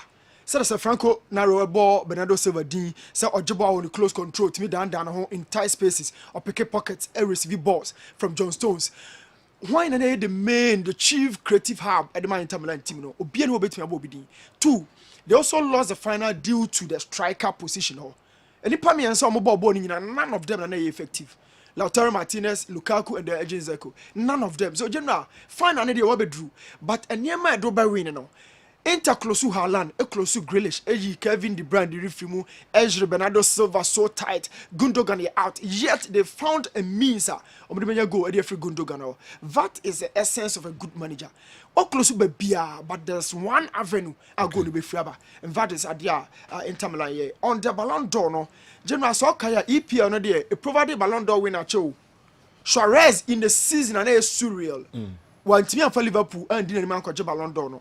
Salah at some point actually goes be brave. We thought say we're the best player within the Premiership. Yet 20 for Premiership now coach the Ballon d'Or no. Until 2008, Obako Chiako to Ronaldo, but check Manchester United season that year. Because some of the Champions League, you know. And then they push Ronaldo man and that is the last player. So yeah, not the other EPN record I hope will be breaking in now and enough. A man can coach Ballon d'Or. You need to do a lot, and this is the World Cup here. Popularity makes taking a very, very big claim. Messi, any Haaland, General, I'm telling you, voters in because one start on because straight. I can control Messi. Haaland starts in the record everything he did. About Premiership, when you're enough, and I'll be going for Messi. Yes. My boss is saying Haaland's style of play doesn't win Ballon d'Or, but sir, if it's the style of play alone, then Neymar will have won the Ballon d'Or instead of Benzema. Okay, the Obisude Abba. No. Style of play. Okay. Yeah, other stories. We shouldn't shift the debate. We're talking about a manager. We're talking about a manager. Pep has spent 1.2 billion. Kaswa Kojo Oku. Minti o message na say. Yeah. Enipa na o kan say Pep has spending. So Franco was talking about a team, whilst the person was talking about spending of a coach. Yeah. Minimum say what you say. Okay. So Franco starts not the man. Or can Man United sika or must spend it since Pep Guardiola buy. And Nipa ni message not the bar first. Spending of a coach. Yeah. So a spending of one coach is just like you compare Pep spending and a club spending. Both tenor at Liverpool and Manchester City. But Franco was comparing a team spending to Pep Guardiola spending. And then Nipa Kroka said, let's not shift the posts. But the bottom line is that Uka Pep spending a Upa saw a comparison. To me, this all the period. If we sabre we be him sabre. It's so you have Pep there. Just a coach be on the Pep at the same time. I say within that period, but if you are looking at the Premier League, Sebi coaching or spending on spending Fancon if you are spending for the team Man City. So what you call Pep Guardiola spend is the same as a Man City spend. Okay. Into see for Man City spend, near Man United spend, for Chelsea spend within a certain period. It is comparable. It may compare. Lukaku must be investigated seriously. The guy took something from Man City. He's a sellout. Haaland deserves the Ballon d'Or. No two ways about that. Cosby, Dansuman, and anyway, and so Abreye. Yenshwe other stories kakra na fi. Andy, he been a person in Kubium. You know why just transfers need JC numbers na American, but none at the end they say what na higher transfers. Everyone could now say you are a transfer interview. The wrong good enough. It's a good enough about Chelsea. Chelsea. And our Pemendi, Lukaku, and good welling back. And then I got Kakraka. Bet me the Mendy come on. But you know, Maji, Unana, no more 100 100 million. Player now no worth around 55, 60 million. You have 100 million. Now, money interfere did the Zubiani. But you know, I am one saying probably surprised about the exploit of Funana in the finals. Yeah. I am one. Goalkeeper Africa Maroon good as any news. The footwork. He's a La Masia Ayas graduate. Combined in the person canon. The level of confidence. When I know you World Cup na Rigobert compared. They know in the second half time ever pon. That is him. Super goalkeeper. Or issued with discipline, but for the quality. Until the last time I can Edison me, I said no, I'm struggling, but eventually I went to lacks in discipline. I'm African, we know in discipline. I don't want to go to be no, you know we Inter one of the games. Only Lukaku for one of the players. So no manager. Oh, there be any manager. That's what one manager they want to. Okay, you know now okay say. Yes. Okay, and they agree. Muntari never had issue with anybody in the European career. African and they agree. Say hand they are no more tough. Muntari on yellow red card be in Jesse ko share referee. Also was a referee. Okay. Okay. Say bia. Ebia ya coach Pep Guardiola. Bia oni no nyanta. Ombati o. But you know any more so the status of coaches omo e coach omo Europe no. Important. The more mbeto omo hare no mo light my players no be brain. Obi so be ka say omo mu koto omo no mo ye professional omo no mu dili professional. It's not Milo a light. Oba say na say we dig say mu kire na. Milo no a light. 20. No Black Stars. The last one. South Africa 2010. 2010. And compared to who? No, I say European coaches. No, you know, who do compare African coaches there? They boys now. And we know a light. Let me use as a Milo, no a light. A light compared to but Milo was tough. We are comparing Milo to Sule. Sule, Stephen Appiah. In that team, her coaches are not my coach. Stephen Appiah, Oboju be Boema Bointao. Milo on the level near Cyprus on the level way. You know. Obi Oha only through baby, but will stay within the lane and he deal with players professionally.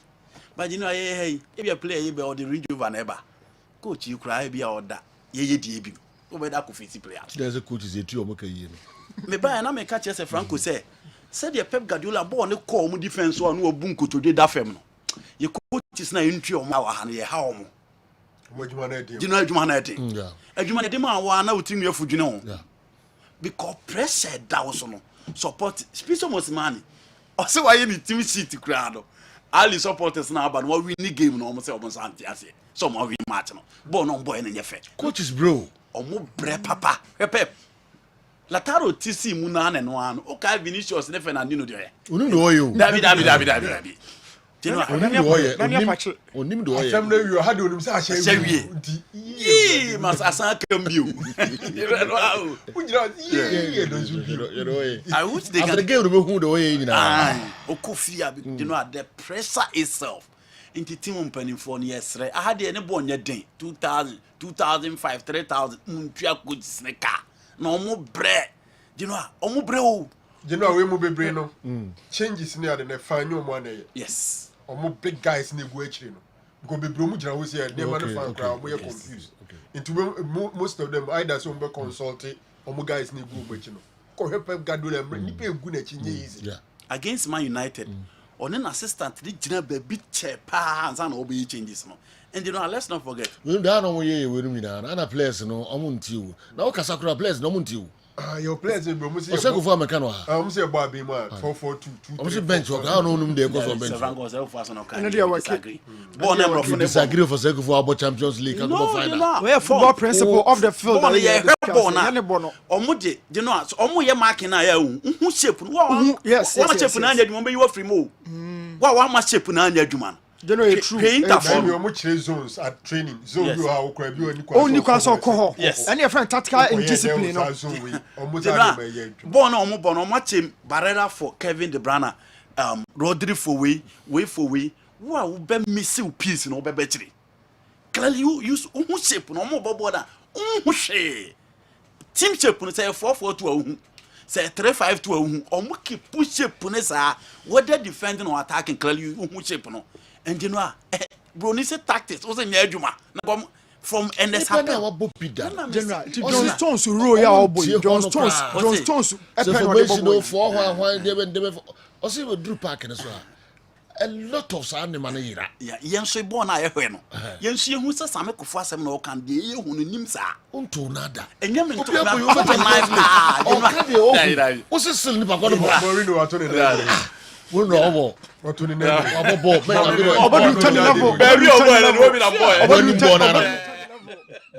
Baby, I'm a bobo, son. One in born out. I know I'm more to call him. General Boko here as a bonny.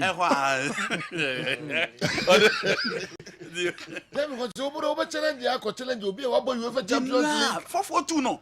And we're going to say Diamond, Christmas formation, chapter shop. Packing the bus. Catanaccio. I'm so many here.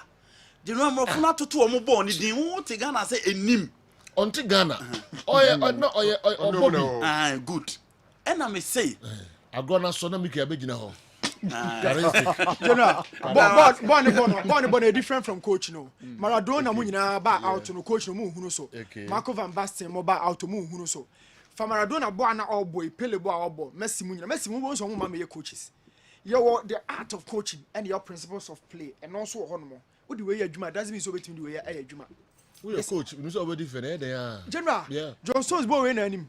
Me can say coaching faso ni so and I say the bit of person the man come way by. Yeah, say ball no a diamond formation. 4-4-2, 4-1-4-1, 4-2-3-1, 4-3-3 pack no do so. You too fra or the person say e hia adwuma so dey futu coach fra. You hear I don't know what to say. You hear me misinterpret something. One kasa nya adwuma. Na dwen utie ni important pa na a quality of player no ne no or say formation ya de say we win no game they do baby a formation ya de no or say enya adwuma mo amugina park no so de mo ye no park no so pa na Ghana game be ya na so Nigeria mo pe date na mo ko yi asem Only Henry the buy. Oh yeah me pa I think it was 22nd match. 22nd match. mo nya na me pe exactly what you say. Okay, dinner. Isle go na Joe di we free ba Accra. Mo ma hwe Morino, Saudi Arabia. So call. Oh, yeah. The Morino on zero. Al Hilal Saudi. Montie. Na yate. The general says I did the buy at. Na Morino ko dey. No, okwa Jose Betimako. Sa. Betimako. Opiskapa. Wa we dey oye. Okay. Opiskapa. Onwie yo. No, all kind of possibility of him joining. Jose Mourinho will stay. Okay. Man City team way. Is it not possible? So umbetima ja twaso. Is it not possible? It is possible. It is possible. Baby, how many level no? Any quality no? It is possible. But teams will be back next year. Most of the Pep Guardiola catch Real Madrid no? Oh, yeah. Also 12 no. Also 12. Obi or 14 or 1 or 12. Also waji 1 until aka 13. Is aiming higher. You know, possibly they can defend it because what's the idea? Champions League Ojia, we on near year the following season with me papa. Yeah. But teams will be back next season. United will be back, Barcelona will be back, Madrid will be back, Bayern Munich will be back, Liverpool will be back. So all these teams are in a good season in the Champions League. Liverpool Ankoye, Bayern Munich Diego, Barcelona Bobo. But those teams will invest and they will be back. But still the real there. Yeah, there was some kind of edge. Yeah. Say real. Na team is around your boss. Because Real Madrid. One here. Changes Benzema, more. Changes more. Replacing Benzema. You see, Vinicius now here can only Benzema partnership has been super and it's worked. Okay. Now Benzema is out. It is not easy to say that Madrid will be stronger next season. Okay. When Benzema is I'm only analyzing. But what I'm saying is that it is not easy to say that Madrid will be stronger next season. Especially Benzema is out. You are not too sure Modric and Kroos per your age in the baby next season. On a better performance. It's Real Madrid a one teamer on project a BB. Meji Barcelona project next season. Be improve than Madrid. Madrid said Barcelona is more likely to improve next season.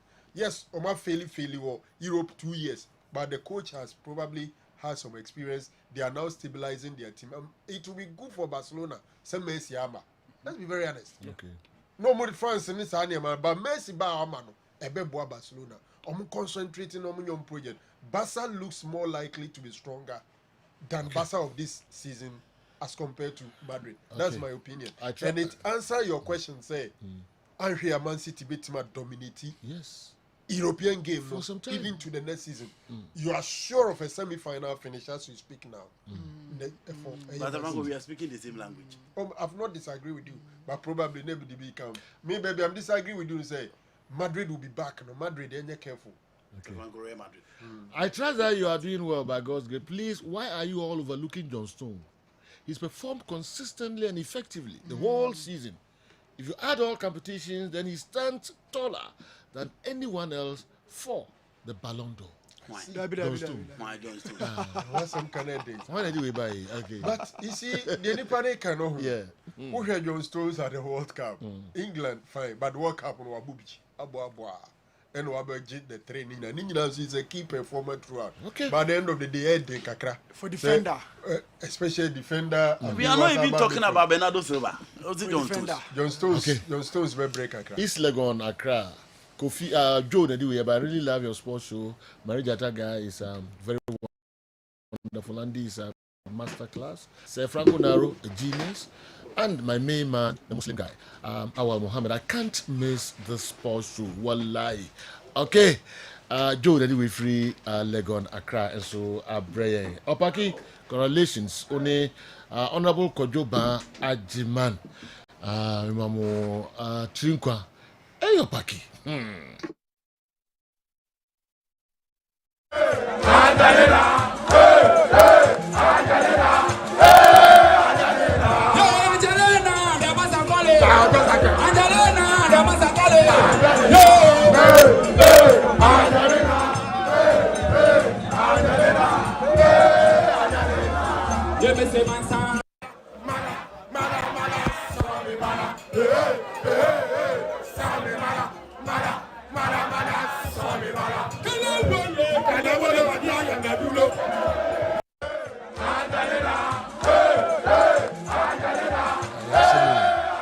Man City supporters all of a sudden, my Dawson was sister Mufri Hifa, disgruntled Arsenal and Chelsea fans.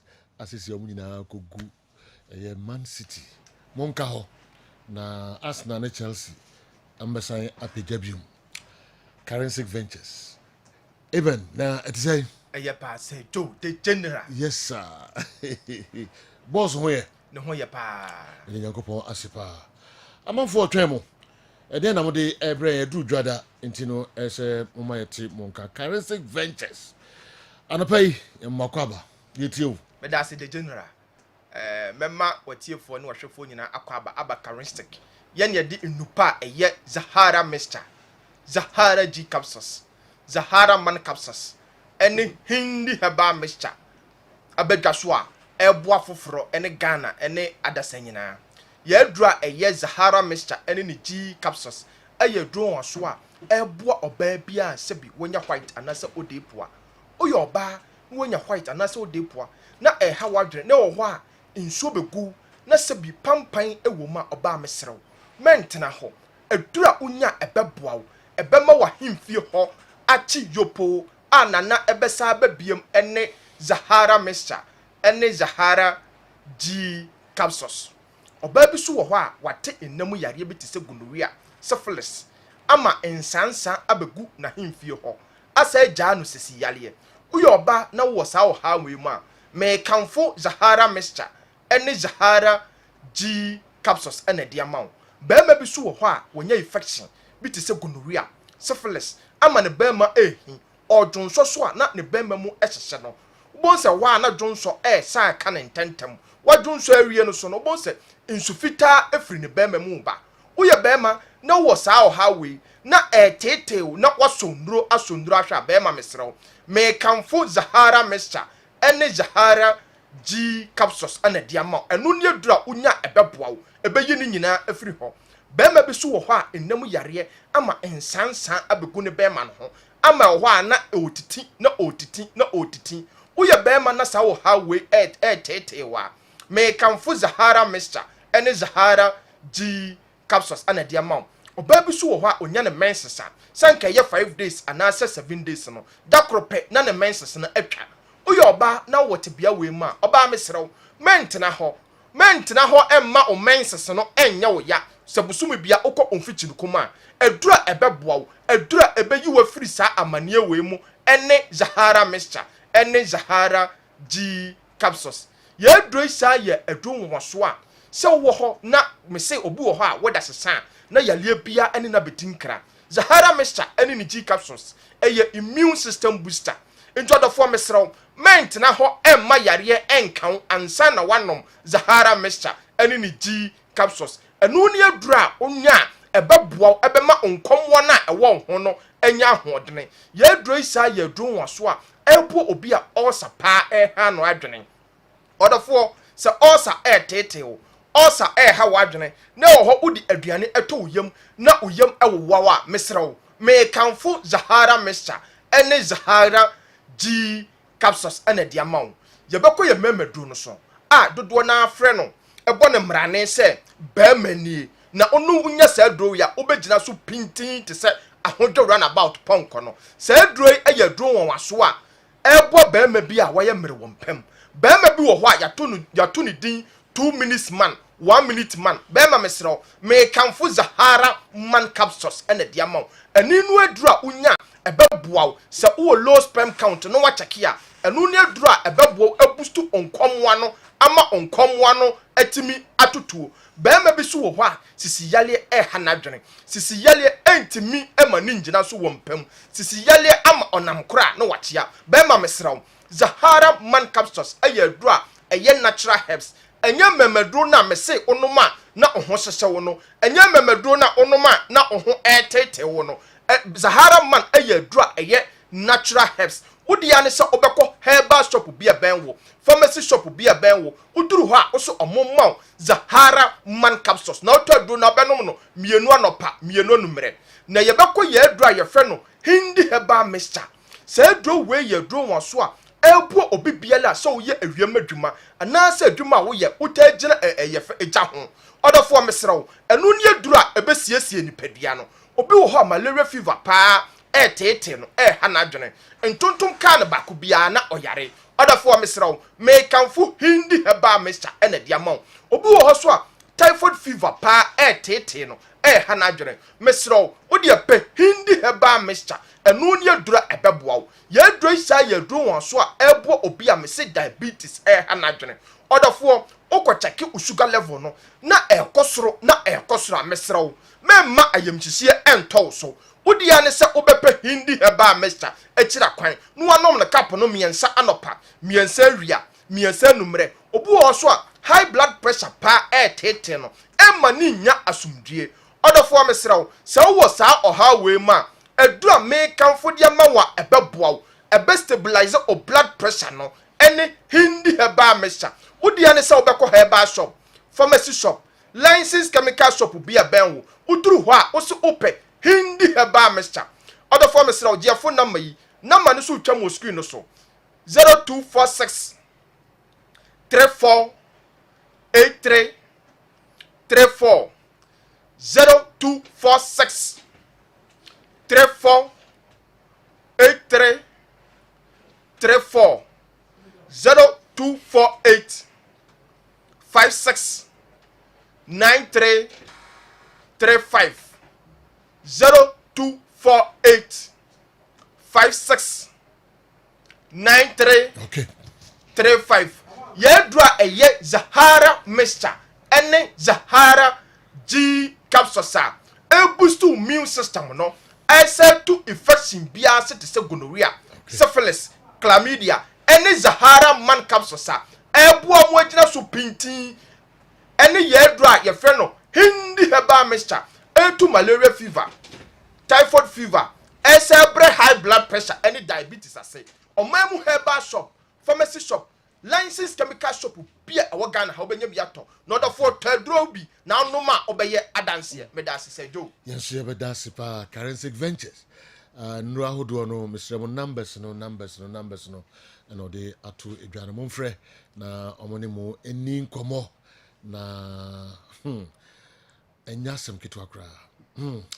wobɛdi ho danseɛ alright yɛnsan mmra na yɛmɛtoa so mfa ma mo Kessben 93.3 Kessben 92.9 Accra DSTV channel 364 Go TV channel no 121 Awal Mohammed atrase ede ono so ne stories no Brian Sana kwa Miki ede local stories na aka nyina aka ho.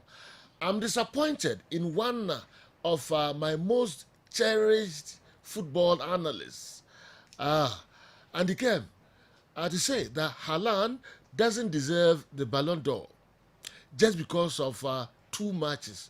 Tell us whether Karim Benzema deserved it better than Haaland. We Efree Evans, Bolgatanga, and the message Efree Ebaye.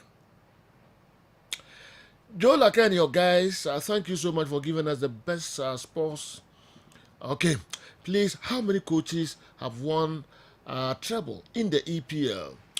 I know it's only Pep Guardiola. Anefi Kanda Sunyazugunadu. Upon all the achievements of Messi and Ronaldo, is Pele still the world's best player of all time?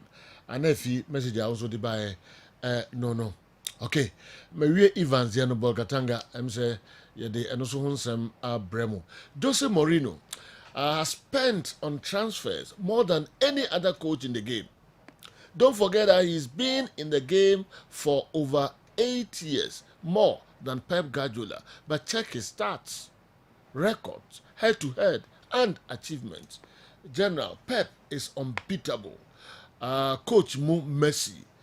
Okay.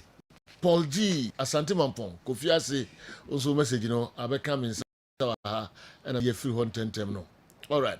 Can you help me with the latest transfer on Amrabat to Barcelona? And they should give the account on whether he fits the Barca style of play. God bless you, Sergio. Sports show of the year. Yedamasi. Awa. Sergio, enwa ewo Mohammed the Fifth Stadium. Eho ru. Na ohe atmosphere even before the start of the game. From a stadium netionum said the fans no troop in and just in the game. But Sergio, I was very, very confident say Nadia Lali can possibly this time around snatch the title from Wydad Athletic Casablanca. Yes, na game no was very tensed, but I saw say na obianye ready to obey a mistake. Obianye ready to obey a mistake. So it was truth to my words say 2 goals nina came from set pieces. Oshe Atiyat Allah ni free kick na Uteki Emma Wydad Athletic Casablanca di kanya the first goal of the game. Then came Mohamed Abdelmonim the equalizer no Emma game no quite on day in a 1-1 draw. But it was the referee on that night, Bamlak Teseme Wayesa. Both teams Emma no problem pa. Because with team ni wa come ni problem. Ebedu maybe Kurana Hussein El Shahat chene ne shirt. Now he was attending to Obia Waka Obia Wepra Nanka order from Nanke order say yen stop play no attended to him. Ewana Hussein El Shahat chena tadie ehonum okoyi yellow Edema Hussein El Shahat. But it was a nice game. Nadia Lali came with a very strong plan.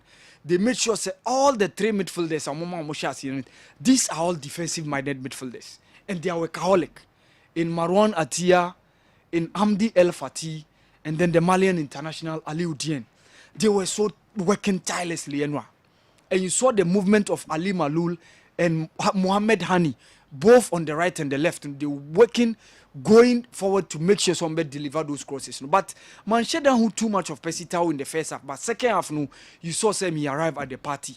Yaya Jabrani was the man deep in midfield, controlling the affairs for Wydad Athletic Casablanca. Oni Jalaluddin Dawidimo. And you saw Mohamed Onaim, former Zamalek striker, was also on the one running the show on the right. Omar Ali Malul, a very good run for his money during the first half, especially. Second half, Omar, some glimpses of performance, Bikakra. But all in all, it ended in a 1-1 draw. I saw a very strong performance from Asene Zola, former TP Mazembe, left fullback, and Asisia converting Amanel, centre back. Our partner, Amin Farhani, or the back line of Wydad Athletic Casablanca. Nanka, WAC, Omuhen Msombe, the 5th club from the continent to win and defend the competition. After Nadia Lali, after Nyimba, after TP Mazembe, and Esperance. But WAC and Timian Fankoto Anyenkwai. And it ended in a 1-1 draw. So Emma, the aggregate scoreline no Ekoye 3-2. So Nadia Lali are 11-time African champion. Yeah, Sergio. Cash plus good plan. Yeah, Sergio. Investment no. And fans no so they will guarantee you huge numbers. Apart from that, check those big companies in Egypt. They are also in tandem with sponsorship for all those other clubs. But El Halina most of them landed those huge amount of investment. So they can buy those quality players. Apart from that, they can bring on board good coaches and augmented those good coaches with those quality players. So it will give you that performance. Between 2017 and 2023, Omo messi Champions League final only once pay, which is 2019. Final bia omukobi. Ali. Final bia, you see them there. Wow. And Sergio, this the story of Nadia Lali. Okay. But Sergio, now say coach now watching cry. Yes, shed omunyan league, league. Because more be 6 matches to spare. Et twice now on Timmy and Gilly Gna, Sergio Mbe Pamano. Timmy aka say one your hey. Yeah, found. What's it pressure? Ebiana high blood pressure chin. So Sergio, they always try to live by their standard. And Sergio, Adia answer Morocco are very consistent. Morocco as a country. Yeah. From 2017, any of interclub competition, either Confederation or Champions League, you will see at least one of their sides in the finals. And Sergio, and rocket science. Yeah. But it was so unfortunate. This time, Confederation, almost clubs, and Pulu, those strengths, you know. Work, and away go, Sundowns, free. And we'll lose by 3-2 aggregate scoreline. But Sergio, I think CAF must reconsider reverting back the one-legged affair. No? I think c'est nous mon bebois. Okay. And no, at a point, said your move source, fire, smoke, baby. At a point, na the crowd visioning was become neutral ground. On bet me about Sergio, shed 3 finals na ya bo on a neutral ground. Yen shed en husa. Europe and Toko SCC be in Toko bet me say last season we saw Liverpool and then Sergio at visioning became too difficult. And apart from even last weekend, a young Ghanaian USM all this second left CAF Confederation.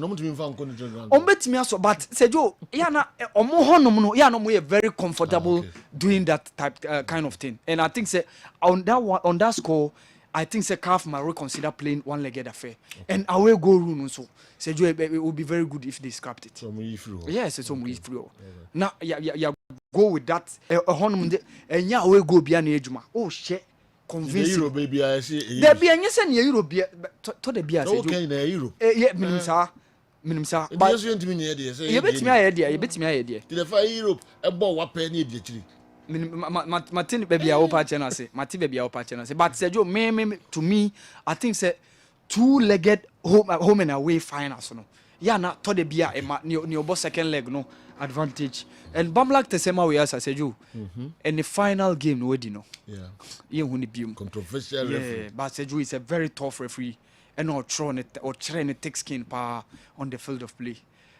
Why are there? Who referee on your bribe that Sabapano, minimum that day, but Macassa on the Untimin tempting. Said you or no said no bow game, and not just a CCM member, Untimis. Said you no, but or no 12 game no D.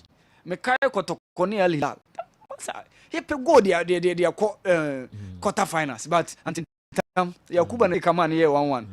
Nanka Ali Lal commercial yeah, it's a very tough free. But I think say we miss him. But meet me did dance yeah. Minimum over Kai yeah. Minimum over Kai Afcon game be out there. Even English papers no crab on about to say omu referees no Munsiano. Yeah. Munsiano. He's a tough one, and I think football, the African football in all, you be missing. So you away from that, Riyad Mahrez, I had the 27th African player and the second Algerian player to win the UEFA Champions League after Rabat Majer. So this one broke after the finals of Man City and Inter Milan. So you and under 20 World Cup, Uruguay this time around they are 3rd time lucky. And ya no mudu anymore ya na akoyedin mekai 1997 ye na ye ne Ireland mu ewo group etimi dru ye no omu timi dru finals mekai Marcelo Danubo Zalayeta ne Nicolas Oliveira Moscow ne ko lose against Diego Quintana. They lost in the finals against Argentina. In 2009 kra ye ni omu hia ye koje no under Silas Tete bobo team ne anu omu no group but omo ntimi endru animu endru finals 2013 ewo Turkey they were there in the finals near Paul Pogba mo share ekodu finals no ejeo na it was Uruguay that the French team met in the finals and eventually the French team won against Uruguay, but this time around they are 3rd time lucky to win the under 20 World Cup. They won in the 86 minutes we go now mo share no eno na mamonya 1-0 scoreline against Italy. And so why omo put the brakes on the dominance of European teams above FIFA under 20 World Cup. Because the last 4 editions ni nyina na European teams na eje. The French won in 2013, the Serbians won in 2015. You saw say the English won in 2017 and the Ukrainians won the last edition which was 2019. But 2021 due to COVID nti more. And at this time around yabo. And me na oh have 4 times no more one occasion penna I a team from Asia acquire on the losing side. It's most often the teams from the Southern American zone and they could lose in the finals. Whilst Brazil were losing finalists in 2000, while Uruguay were losing finalists in 2013, Brazil were losing finalists in 2015. And it was but this time around, the Uruguayans, Sergio, they have done massively well. And they've won their first ever FIFA Under 20 World Cup. And Sergio, Novak, Rebecca says you're a greatest now. Let me cast over can be for Israel. Israel so and South Korea. Yes, Omaya. I don't go through. And honestly, Omaya. And what debi no. Or maybe no. And Mekai, they beat Brazil in the quarterfinals. Shocking. They beat Brazil in the quarterfinals before losing out in the semi-finals against Uruguay. And then Ukraine take it last minute. And said, "Joe, minim." I think they are doing. I think they are putting the basics. No. They are putting the basics. Naturalize one. Sergio Israelis now. Israelis now. Beating Brazil. They're beating Brazil in the quarterfinals. Had your competitions move back on South Korea. Yeah. Almost also in the third place, you know. And amu debut no, that's the man. You know, ironically, that's their debut. And so bakaya tournament yankasa nanka Pakistan ye bonu. And a Pakistan force due to ntokwasema ekoso between Israel and Palestine. Omo mpene emma Israel emma omo asase so emma bodies competition. And a FIFA J competition no fi Pakistan sem e dia come Argentina. And then the Israelis have become the surprise package for that tournament, you know. And for their debut being in the third place, you know, Sergio, they've done a marvelous job. Okay. They've omaya dear pa. And Sergio, this weekend, essentially, various leagues across board na bibane we ye. But MLS no koso. And no one game ekoso in the Italian Serie A. It was a relegation tiebreaker. Sergio, near Tiene says Spezia any Hellas Verona. No more points ye pe. Tiebreaker bibia ye pe. Ntine was so mo game. Ni obe lose no aka the two teams ebeko relegation. Okay. And fortunately for Hellas Verona, they won by 3-1. And now one Ghanaian 20-year-old Ibrahim Suleimana, a 20? boy, yeah. Okay, 20 years. Year old. Okay. Yeah, from Sunyani. Now he was part of the Hellas Verona team. No, unfortunately, Edwin Jesse didn't feature. Okay. And unfortunately for them, Spezia and Edwin Emmanuel Jessimo equal relegation. And Sergio, MLS, you know, Patrick Ajimai, one Ghanaian was on the score sheet in that 3-3 draw between Charlotte FC and Seattle Sounders. Okay. Okay, Enoni. Okay, was it Yes. Emmanuel Patrick Ajimai, yeah. Patrick Ajimai. Spezia anyway, from then I'm Abraham. Okay. Ni go ni. Okay. Patrick Ajimai, Seattle Sounders and then Charlotte FC in the MLS. Or you know Ghana. Me shede nim no Ghana ha. Okay. But I know na Arsenal for the bench. Only Arsenal for now with the same team. Okay. Arsenal for one game no. Maybe go. Yes. All right. Into yan to us. Yes. Anti from ana pull out in the beba. No the netia connected. Okay. Okay. So it how regular or side. Yeah. Arsenal for the Nancy on 10 year be more. And Sergio, Enwa Latif Blessing and then Emmanuel Boateng also featured in New England Revolution. Almost 3-1 win against Messi new team no Inter Miami. And Sergio Lalas Abubakar omumbe yin a red card no. On your second yellow. On your first yellow card, Tanko team na echo under 23 AFCON no. Okay. And yeah. And he came in the second half, but unfortunately the team lose 4-0 against Houston Dynamo or Los Angeles FC. and Jonathan Mensah nso be feature Emma ne team San Jose Earthquakes almost share 2-1 against Philadelphia. Yeah, we bo nso feature and for them they won 2-1. The team say Columbus Crew they defeated Chicago Fire by 2-1. And Sergio Oko Sweden one young Ghanaian Nathaniel G on also tanko team no. And no also feature he came in the second half around 60 something minutes. The team Hamabi IF Eshe Brom Changba Omushomu by 2-1 and one Emmanuel Boatin so also it was Swedish league no AIK and Elfsborg and almost 2-1 and then Kujo Pepranso for Djurgården they also drew by 1-1. So Sergio that no a performance of Ghanaians abroad but Sergio Komuni set or say exploits it was the Baladiet El Mahala the Egyptian first division no. Okay.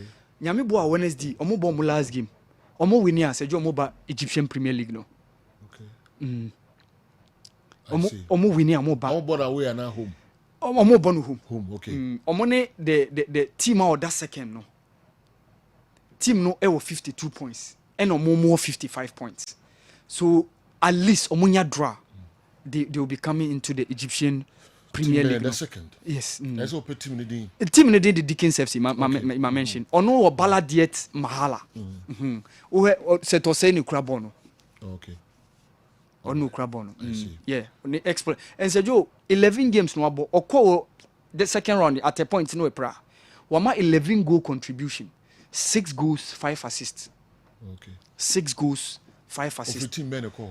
Say no Ash Gold. Ash Gold, okay. Say to say okay in sensem na e na kotoko. No. Yeah, ono. Eh? At the point na kotoko peno. Yes. One of the skillful players pa na award the Ghanaian Premier League no. Sergio 11 goal contribution in 11 games no. Very good for him. And then Sergio Novak winning the 23rd Grand Slam. Sure. Let me just say you be to me can say a great among the men. I go to nje on what say 23. And I dey on abetwa ka say obi a good. 23 na Nadal 22. Eh? Yeah, it do baby na Nadal no nya 22 ka na Roger yeah. But 23 Grand Slam. Then the third French Open title. And you know, who the go to no come away. But even though Margaret Court winning 24, but there were tennis analysts that made up almost Steffi Graf and the most. The one now the man go to the away. Oh, her numbers there. Oh, the Margaret Court. Who's that? Atom statistics. Okay. It me direct you Roger die hard for her. You want Nadal for her. Yeah. And I say Novak. Yeah. Okay. Say Novak ayade 23. Messi Ronaldo. Sir Ballon d'Or. Obi agina baby ogina. Obi antwen. Who got 100 clubs so many. This is be but I got to attack on so winning the third French Open and the fourth Grand Slam in all after defeating Carolina Mukova. So your French Open up and we the next Grand Slam to be Wimbledon. Okay. All white. Yeah. It be sia. Say from Kumoko for no be mo de mo person bibia yes no. All white bibia on the special. Yeah, to also the mamo Awa Mohammed and Yati Ninkano. Na ene Dr. Joseph Obin ene doc birthday. Dr. Joseph Obin Guta president. And then your birthday Nankopon onyo kasiyo nshira na obo adwuma sonko kra ade ewo maimu ha wadofo busua obia especially Kojo Masha or say wish you happy birthday doctor una wamano abaye Kojo Masha nemom the other side of Kojo Masha life the doc so we no so free ho na oye nipa mua uza onama na wachia Dr. Joseph Obin happy birthday. Al Hassan Lala Abubakar is a Ghanaian professional footballer who plays as a center back for Major League Soccer club Colorado Rapids. Okay. Intina and so no. Yet also the Kessben 3.3, Kessben 2.9, Accra, DSTV 364, Go TV channel 121. Yanhwe mo messages no enso emu kakra na kwa Mickey at the local source no about the 2010 de amayen. Akuma Senior High School and Didi anyway free abreye. Didi say, I want to congratulate Mediama at sea on their success as our Bet Power Premier League winners for 2023. They used 3 coaches in the season, yet were able to lift the ultimate trophy. That shows Midfield FC have a very collective, disciplined, and well-motivated players who are ready to give out their topmost ability. Because I want to also agree with our GFA president, our GFA boss, that there is excitement in our league. And report from Takwa yesterday overwhelmingly depicted a picture of a triumphant merriment. Nonetheless, 2 players of Midfield, Jonathan Soa and Vincent Atinga, scored 11 goals each in the Premier League, which is a good combination for a team. They should cut off any excessive jubilation and start focusing on Africa, because we can't afford another preliminary stage exit. Okay, we free.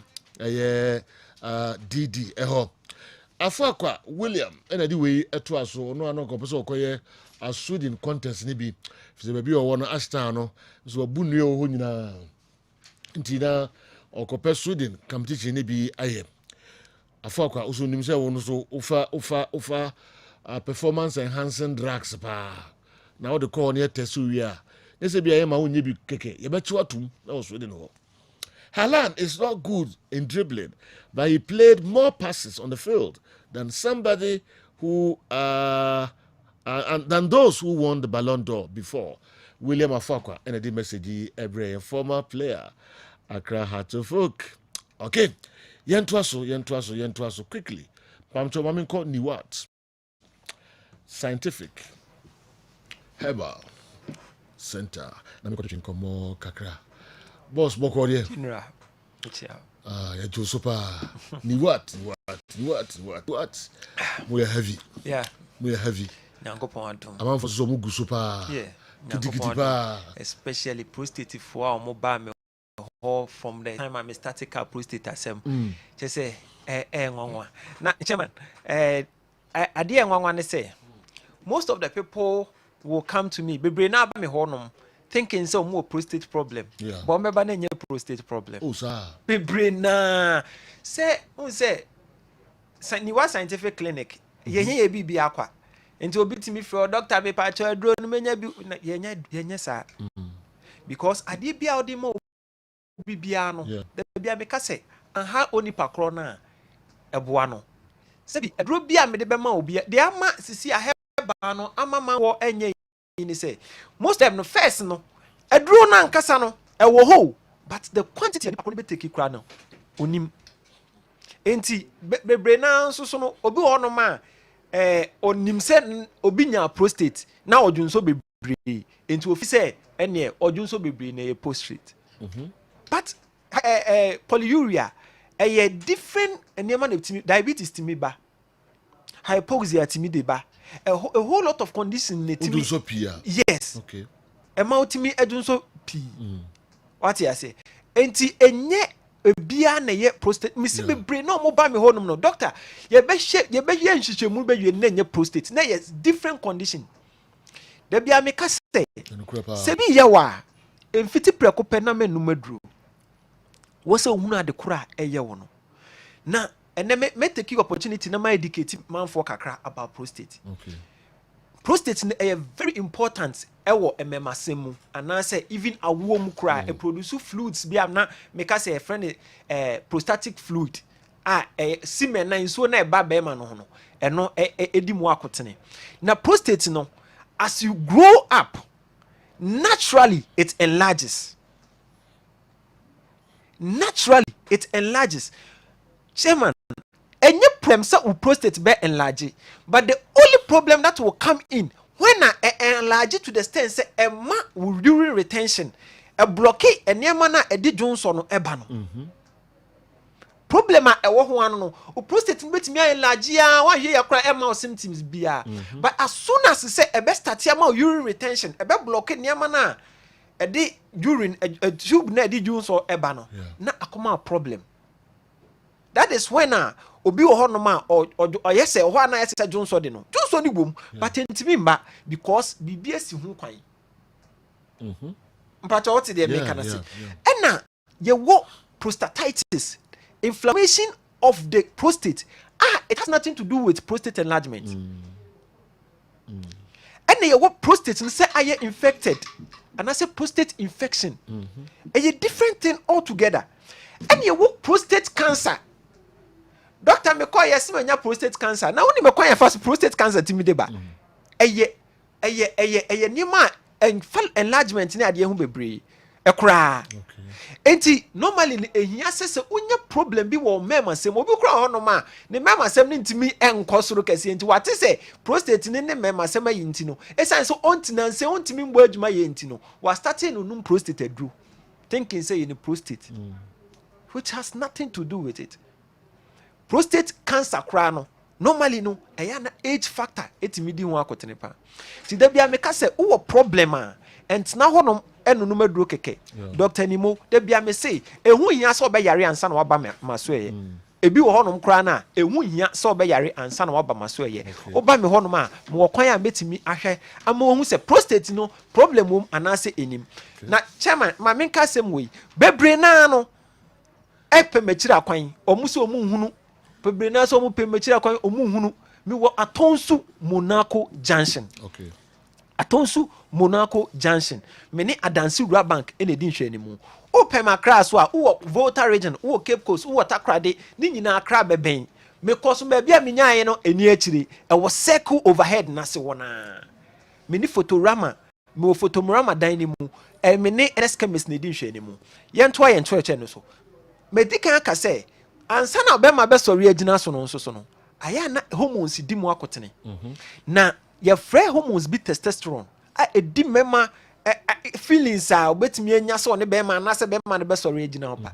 As you age, general udi ko mfie ko wanim no. Ehwehwe mu kire se udi mfie ba ko bia be ka ho fie hu a.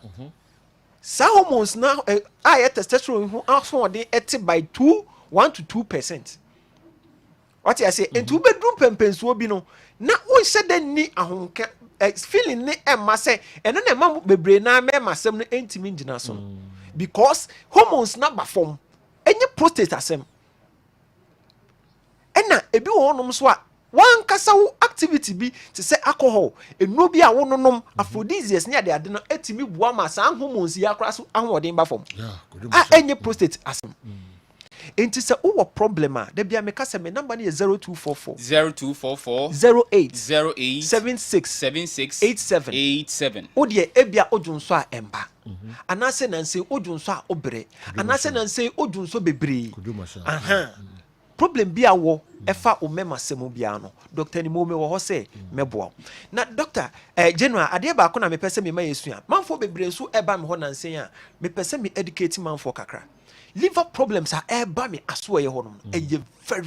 It's getting too much. Wow. The brain has alcohol. The brain alcohol. They be say they no make say they be make say alcohol. Ye wo adia liver no bo toxic substance ho ban. Alcohol be be take you substance and I say ye wo to no ba na ade bia no percentage no I na admodin. Ebi kura timi take alcohol 40%.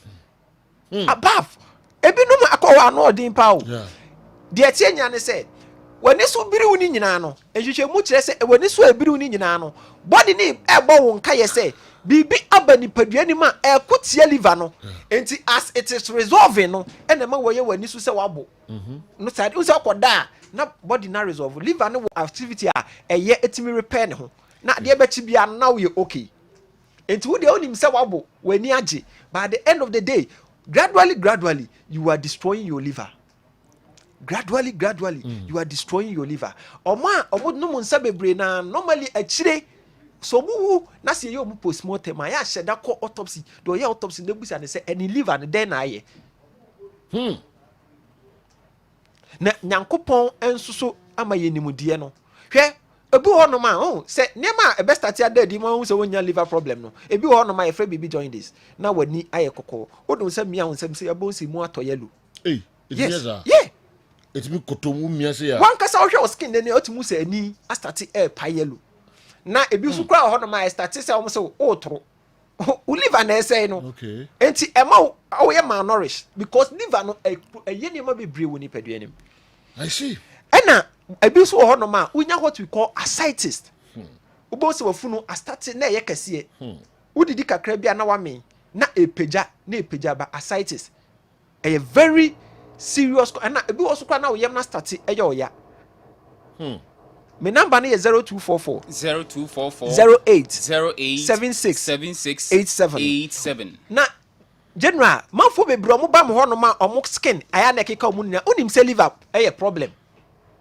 Omo kiti omo pa at later stage if you are starting to get liver problem e be hono ma unya skin itches. A very nearby also obi so hono ma sometimes or how bon say na moja kakra efri ni hunim ni ebi wo kra na efri wasum na start eba ebi wo no ma wo ho na chese most of times no honam ya obasa it's telling you said there is a liver problem na wenti yenim senti na nyankopon nim de mu oche yade bi oche yade we okay ahaban we your friend philanthos niruri na efri Spanish most of the Spanish you know near friend friend say canker pedria the meaning it was derived from that a friend stone breaker manfo bebre friend stone breaker bebre fra so a friend baby so kind of bon magu achi but we no you will different species philanthos amoros na akrasa you will different type of friend say philanthos indica ni nyina so so e different enti wan hunu sa ahaban ni ya na ye na chairman de enti amayi ahaban we say minim liver duro bi a chen sa ahaban we eni ahaban bi e fe no mectistel obia otie mi bia no dem bia na me pese me sua me kira de bia na wan kasa ukọ deeper na we so ye research about it ni what scientific clinic ye di hwehwemu ene ye nuro ye nya duro bia keke oba ye tu ye bo asite se ahaban we yankasa ne ye wo kwan ye fa so extract what we call flavonoid alkaloid tannin and saponin efri sa ahaban we mu enye no akeke na wanom enti na meka se nimdie no ye nananom na omo wo but ekwan a ombefa so extract ne ma pa e wo sa de we mu kra no omu nim enu ntina ni wa scientific clinic wo honom se ye beye ne de ye nuro ne nyankopon adom problem bi a wo bia no sa ahaban we tuberculosis any obi a sebi ye friend say wanya ankeka eno so infections ahodo obi etimi ye meja na no na wo problem a frame pese me ne wudi nkomo na problem bi a ha obi a no mentimi ehwe na memboa abusuafo ni what scientific clinic Dr. Nimo ena otene kan Kumasi atonsu Monaco junction ena Dr. wo juada kosi da memenda bi oye adwuma no pa no nso ekosi anwumre no nsia ena oba enkran so amepacho circle interchange so no ma futu Ramadan ni mo ena Dr. so ewe honso ye yawada efiara memenda Thursdays, Fridays and Saturdays ena Dr. ye adwuma yade be na da so bu wono ma halitosis enum kankan na se pampa woni penum no ebiatna so ache fibroid akoye osi akwan ana diabetes type 1 ana type 2 also odi achinia bra ni what scientific clinic ene woso bobu onso na oda wontimi na ana se bu wono ma na ne saabo no kidney no yare abem typhoid na ha wa yade bi ha obia no ni what scientific clinic bi duro ene ye wo honom me paacho no buna ene ni tan wasa kire didie jai we di we kakra we di man ho kura obekire ama sane me nyina enam so ma yade ahodo ba so no onso atimi atwe ho ana watwe ho de afiri ho number ni 0244 0876 87024 0876 87024 0876 87 na Dr. Ebeji Oso. Okay, ni what yebeda mwasipa ni what scientific herbal center na hospital. Yena mwasi na no pe na numbers no mesre mumfre. Tema so meda wase pa e wo de manfo na mo so a adansidia eba ni what no bro adwene ne ntiase so na also ultimate recommend man for de ba ho no ma ya na e ma ho a chema nya misha na minim se de nyankopon nam ye so esa man for yare no ebebro so na hu shira no ebeka e da also was ye papa timon friend numbers no esre mo na mpanifo eni mu antwetwe enkomo the how bia no be yefro kojo masha uti animo nsema ode atu dwa no word to the wise is enough. All right. And I shall say no symptoms no obo be insia minimum ye we be miensa o ya ko9. You're very careful. Kojo masha. Okay. Yeah, also the Amamo Kessben and 7.3 live on Kessben Television live or Kessben 92.9 Accra. Okay. Kwa Mickey and so at transit the local source no Brian. This year's league is the most exciting and competitive in the last 15 years, and unprecedentedly, 2 clubs are going to relegation with 42 points. The league medal is also on point, unlike previous years when key holders were used. But this is my best 11 of the season. Evans Adote as my best coach. Goalkeeper Felix Che, Mediema. 18-year-old Nuruddin Abdullah, Mediema. Stephen Anochi Badu, Adriana Stars. Kofi Agbesima, Becheb United. Vincent Atinga, Mediema. Samuel Ofori, Insuatreman. Derek Fojo, Mediema. Kwame Adum Frimpong, Adriana Stars. Abednego Tete, Gold Stars.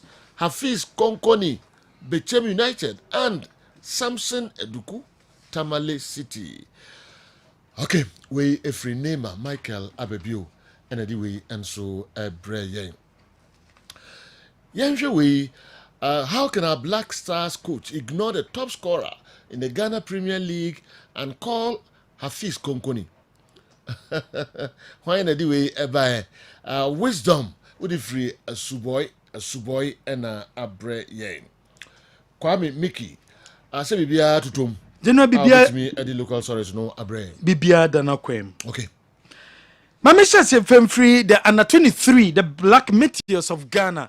Ghana qualify call a tournament under 23 championship bekoso Morocco and ya qualify ya call na shaneso. So first 4 and bit makoko pimu Olympic Games bekoso our France and ne and under 23 team no bomo ebe domini from Ghana a domini and swache Egypt abra woman under 23 of Egypt ebobo en kofa kensi ebowie pe na chese toaso de ne Morocco the captain of the team a free banye ebe piemu kumase ebe prepare no eye papa said the beya e betimi aboa no on that team na nchenu we SG Mall and wako piemu a the near bria all prepared den edefa under 23 captain yabra obedi team nanim si betima qualify edi eni ache under 23 championship koso na yetima ko Olympic Games no ntiene na Ghana ye team no down woman from Ghana to Omaya your friend no Egypt. Chris Utine coach and the senior national team the Black Stars of Ghana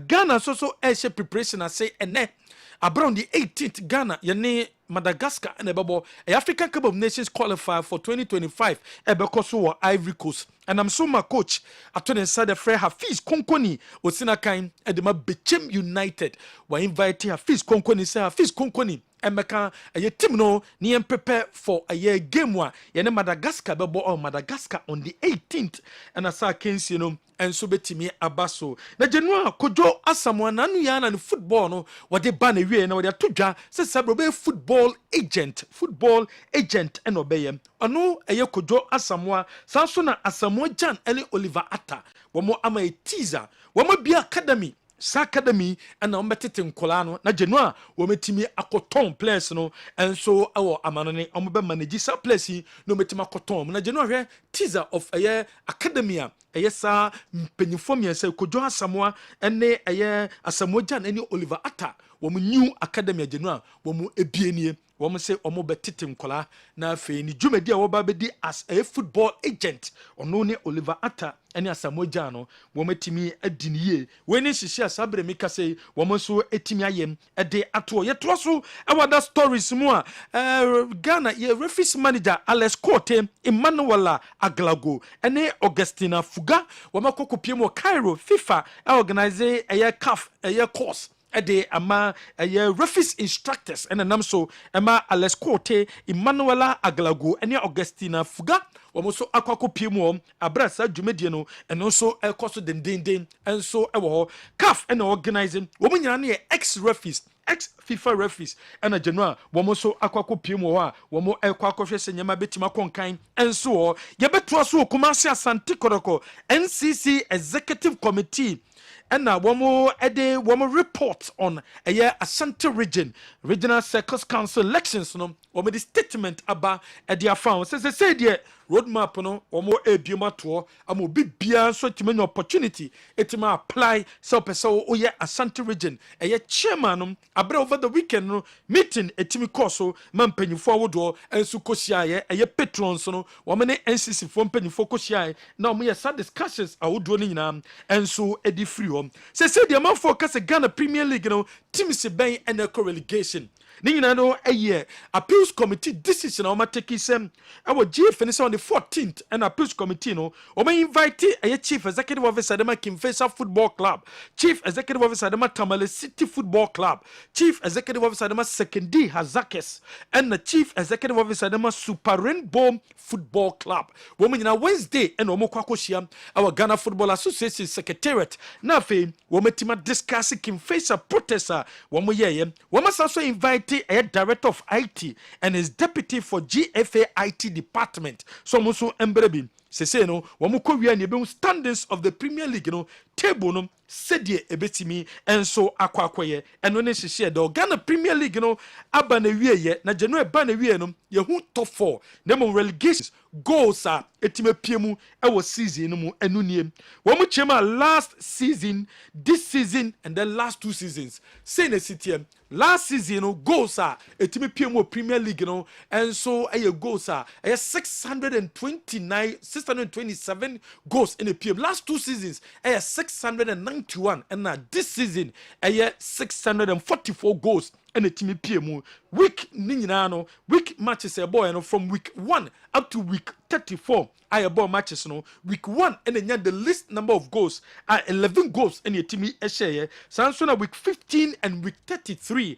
and also 26 goals and your team share and so our Ghana your Premier League no matches about so no hunsun so Mediama Sporting Club as a Tamale City by 3-0. That game is a goal kino koye de ma bedne go tete was 18 goals and the ma eye baby no goals last season so eye yawano it's a 22 goals and the last 2 seasons dear Wusie Taylor and so say 18 goals and so Ghana your Premier League you know ensimu and no any city is city and so until the last 3 years you know say na koye court has and a G 2021-2022 and 2021-20 Kumasi Asante Kotoko and a Mediama Sporting Club and so etimi agi Ghana ye Premier League no and so ewo na match Premier League no ewo sunsu so and ye de eba ne beto so ewo the league winners one more asye Mediama Sporting Club and when you mere and the team no down many after the game man no down many from Akons Park edio many and so echere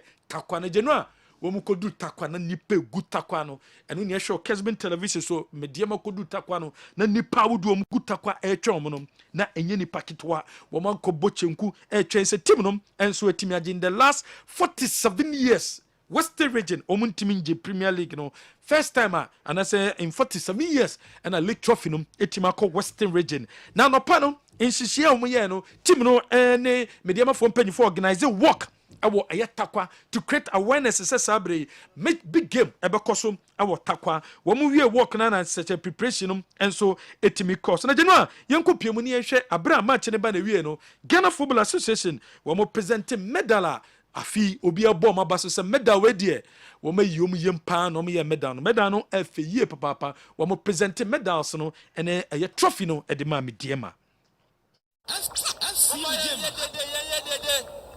FC Mediama Mon fans symbole share Midiema. FC Midiema. FC Midiema. FC Midiema. Thank you very much, Midiema. FC Midiema.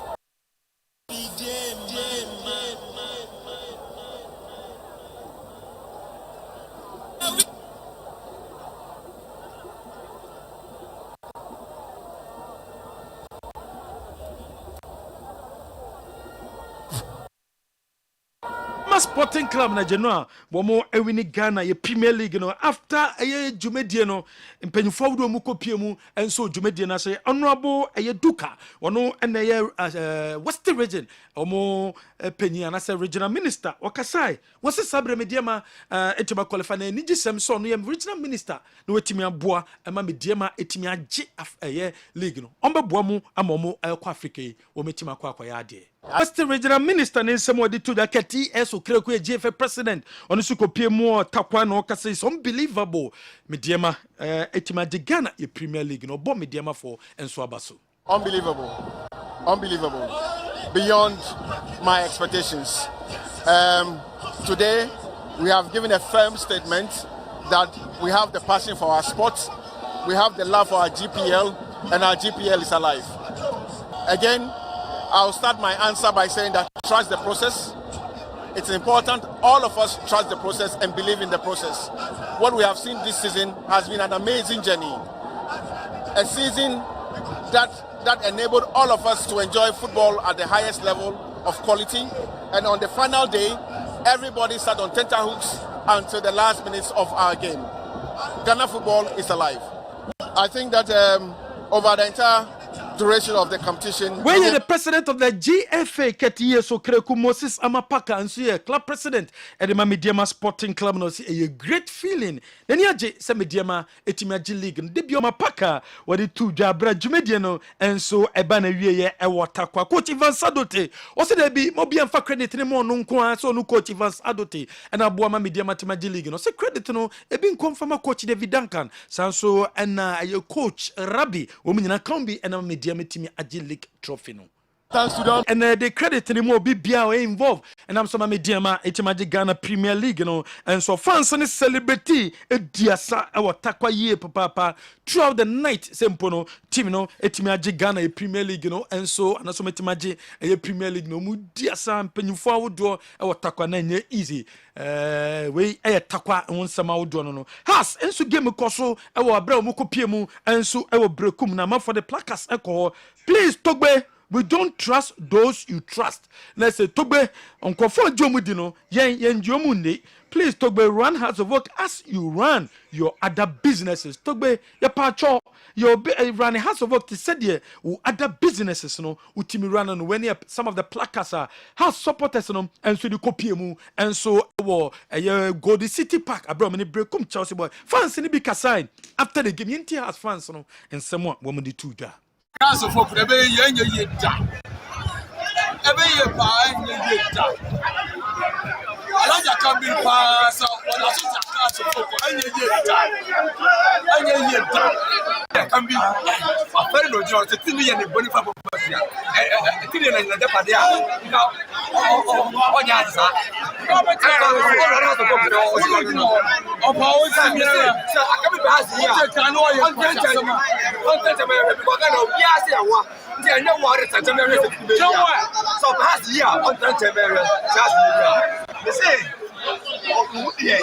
I can't be no on the Toby. The funny man on their own here. Because the coach great deliver was it. No, you know. They say the senior China Media. Maybe we say coach when in here. What I say? There's some body at the far team. That's the same. So the event. Coach when you on the idea. Then you pass some about no more than.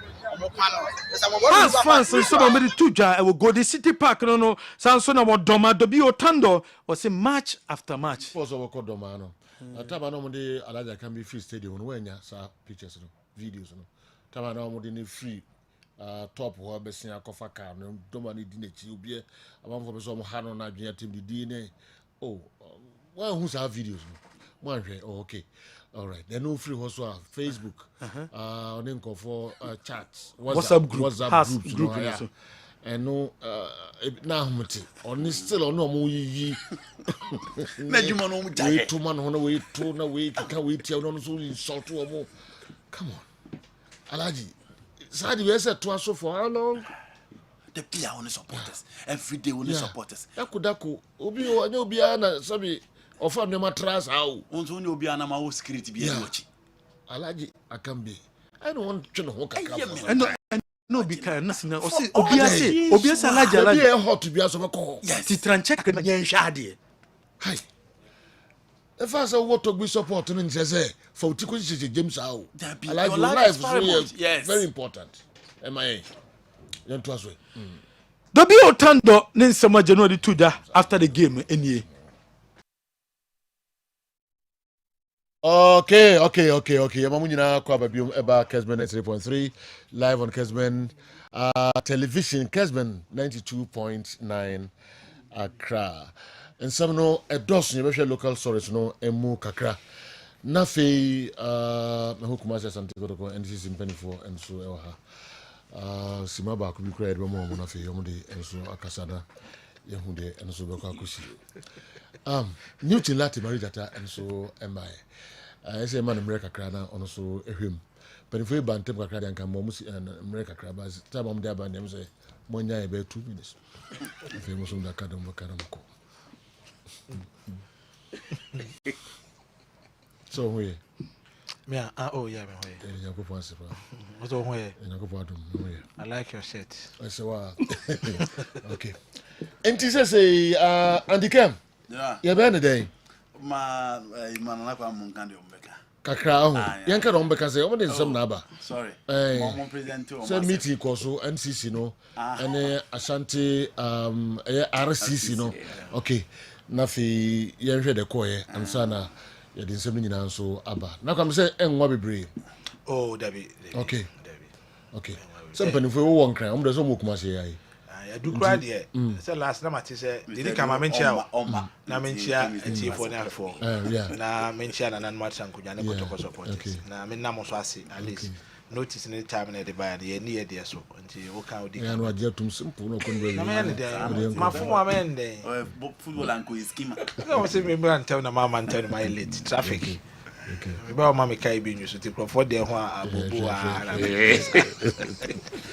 na penfo don buy from say you say papa there introduction Edward Champon deputy communications officer my NCC and also acting chairman for Ashanti Regional Circus Council and Kwabrache Moko so yes on them with me ono there met me no ya na met me ko to ko hu ana se no okay o dey met me no ono ya nam sir okay baby I do I come to I'm akoko hu nye din I don't go to ye o dey yanko I'm akoko what how you go with I do I'm say no pay there yeah by titi ananka say me bantem na me ni menu andi wo yes said any issue but I'm say misunderstanding I'm saying ntia say me ntia say wo issues be an intention but I'm say last me kabibi tina na waba za tina na waba and the game fan to say wo ha dia na bo tina say come here na dey oye there bidem ni say meeting na go here oh da buda me ko meeting na wo beka mo asem kakra oh dia ka dia ba da no kwa say ma yi anu kakra ma ha nyema ni bi wo ahia enti ba onyi anu no so ko fa nsem bre o ebre me yes business saying oh wo da chiri na wo da nyambo achina nkabra na yenhwe ho mati okay the woman say em say na say yin na hu abato ho nsensem a abeto odwa kopi Asante hema ahemfie na odema bafo kwa amiku otumfo ankobia ema ono so ma yakwanche se yemfa nkoto ya tonka ya to brohafo edru Ashanti region em say nya issues kakra enti ye de yekuo no hyehyeye eto akwan mo pa committee bi so mko hwe nsem no man em say nsem ankrofo de betu ye ne ne doso committee na yo modwuma nyina wie de abre NCC mpenifo on the 14th of last month ne etna so and ye the decision no eba abonti ntemra memenda no sorry ene yakushia regional council no na o se de ankobia hene edi kan koma no na yekobo so members ni so amaneti memenda no yede kotu o manim na asem ne tofa abo ane se ye about 20 nhwe mo wie no yiko ni mra article 11.4 and same bibiri ho a efa ye local elections ni structure and how I was say operate per report no information committee in Sakaye financial secretary and elections committee the members now more cooperative with the committee information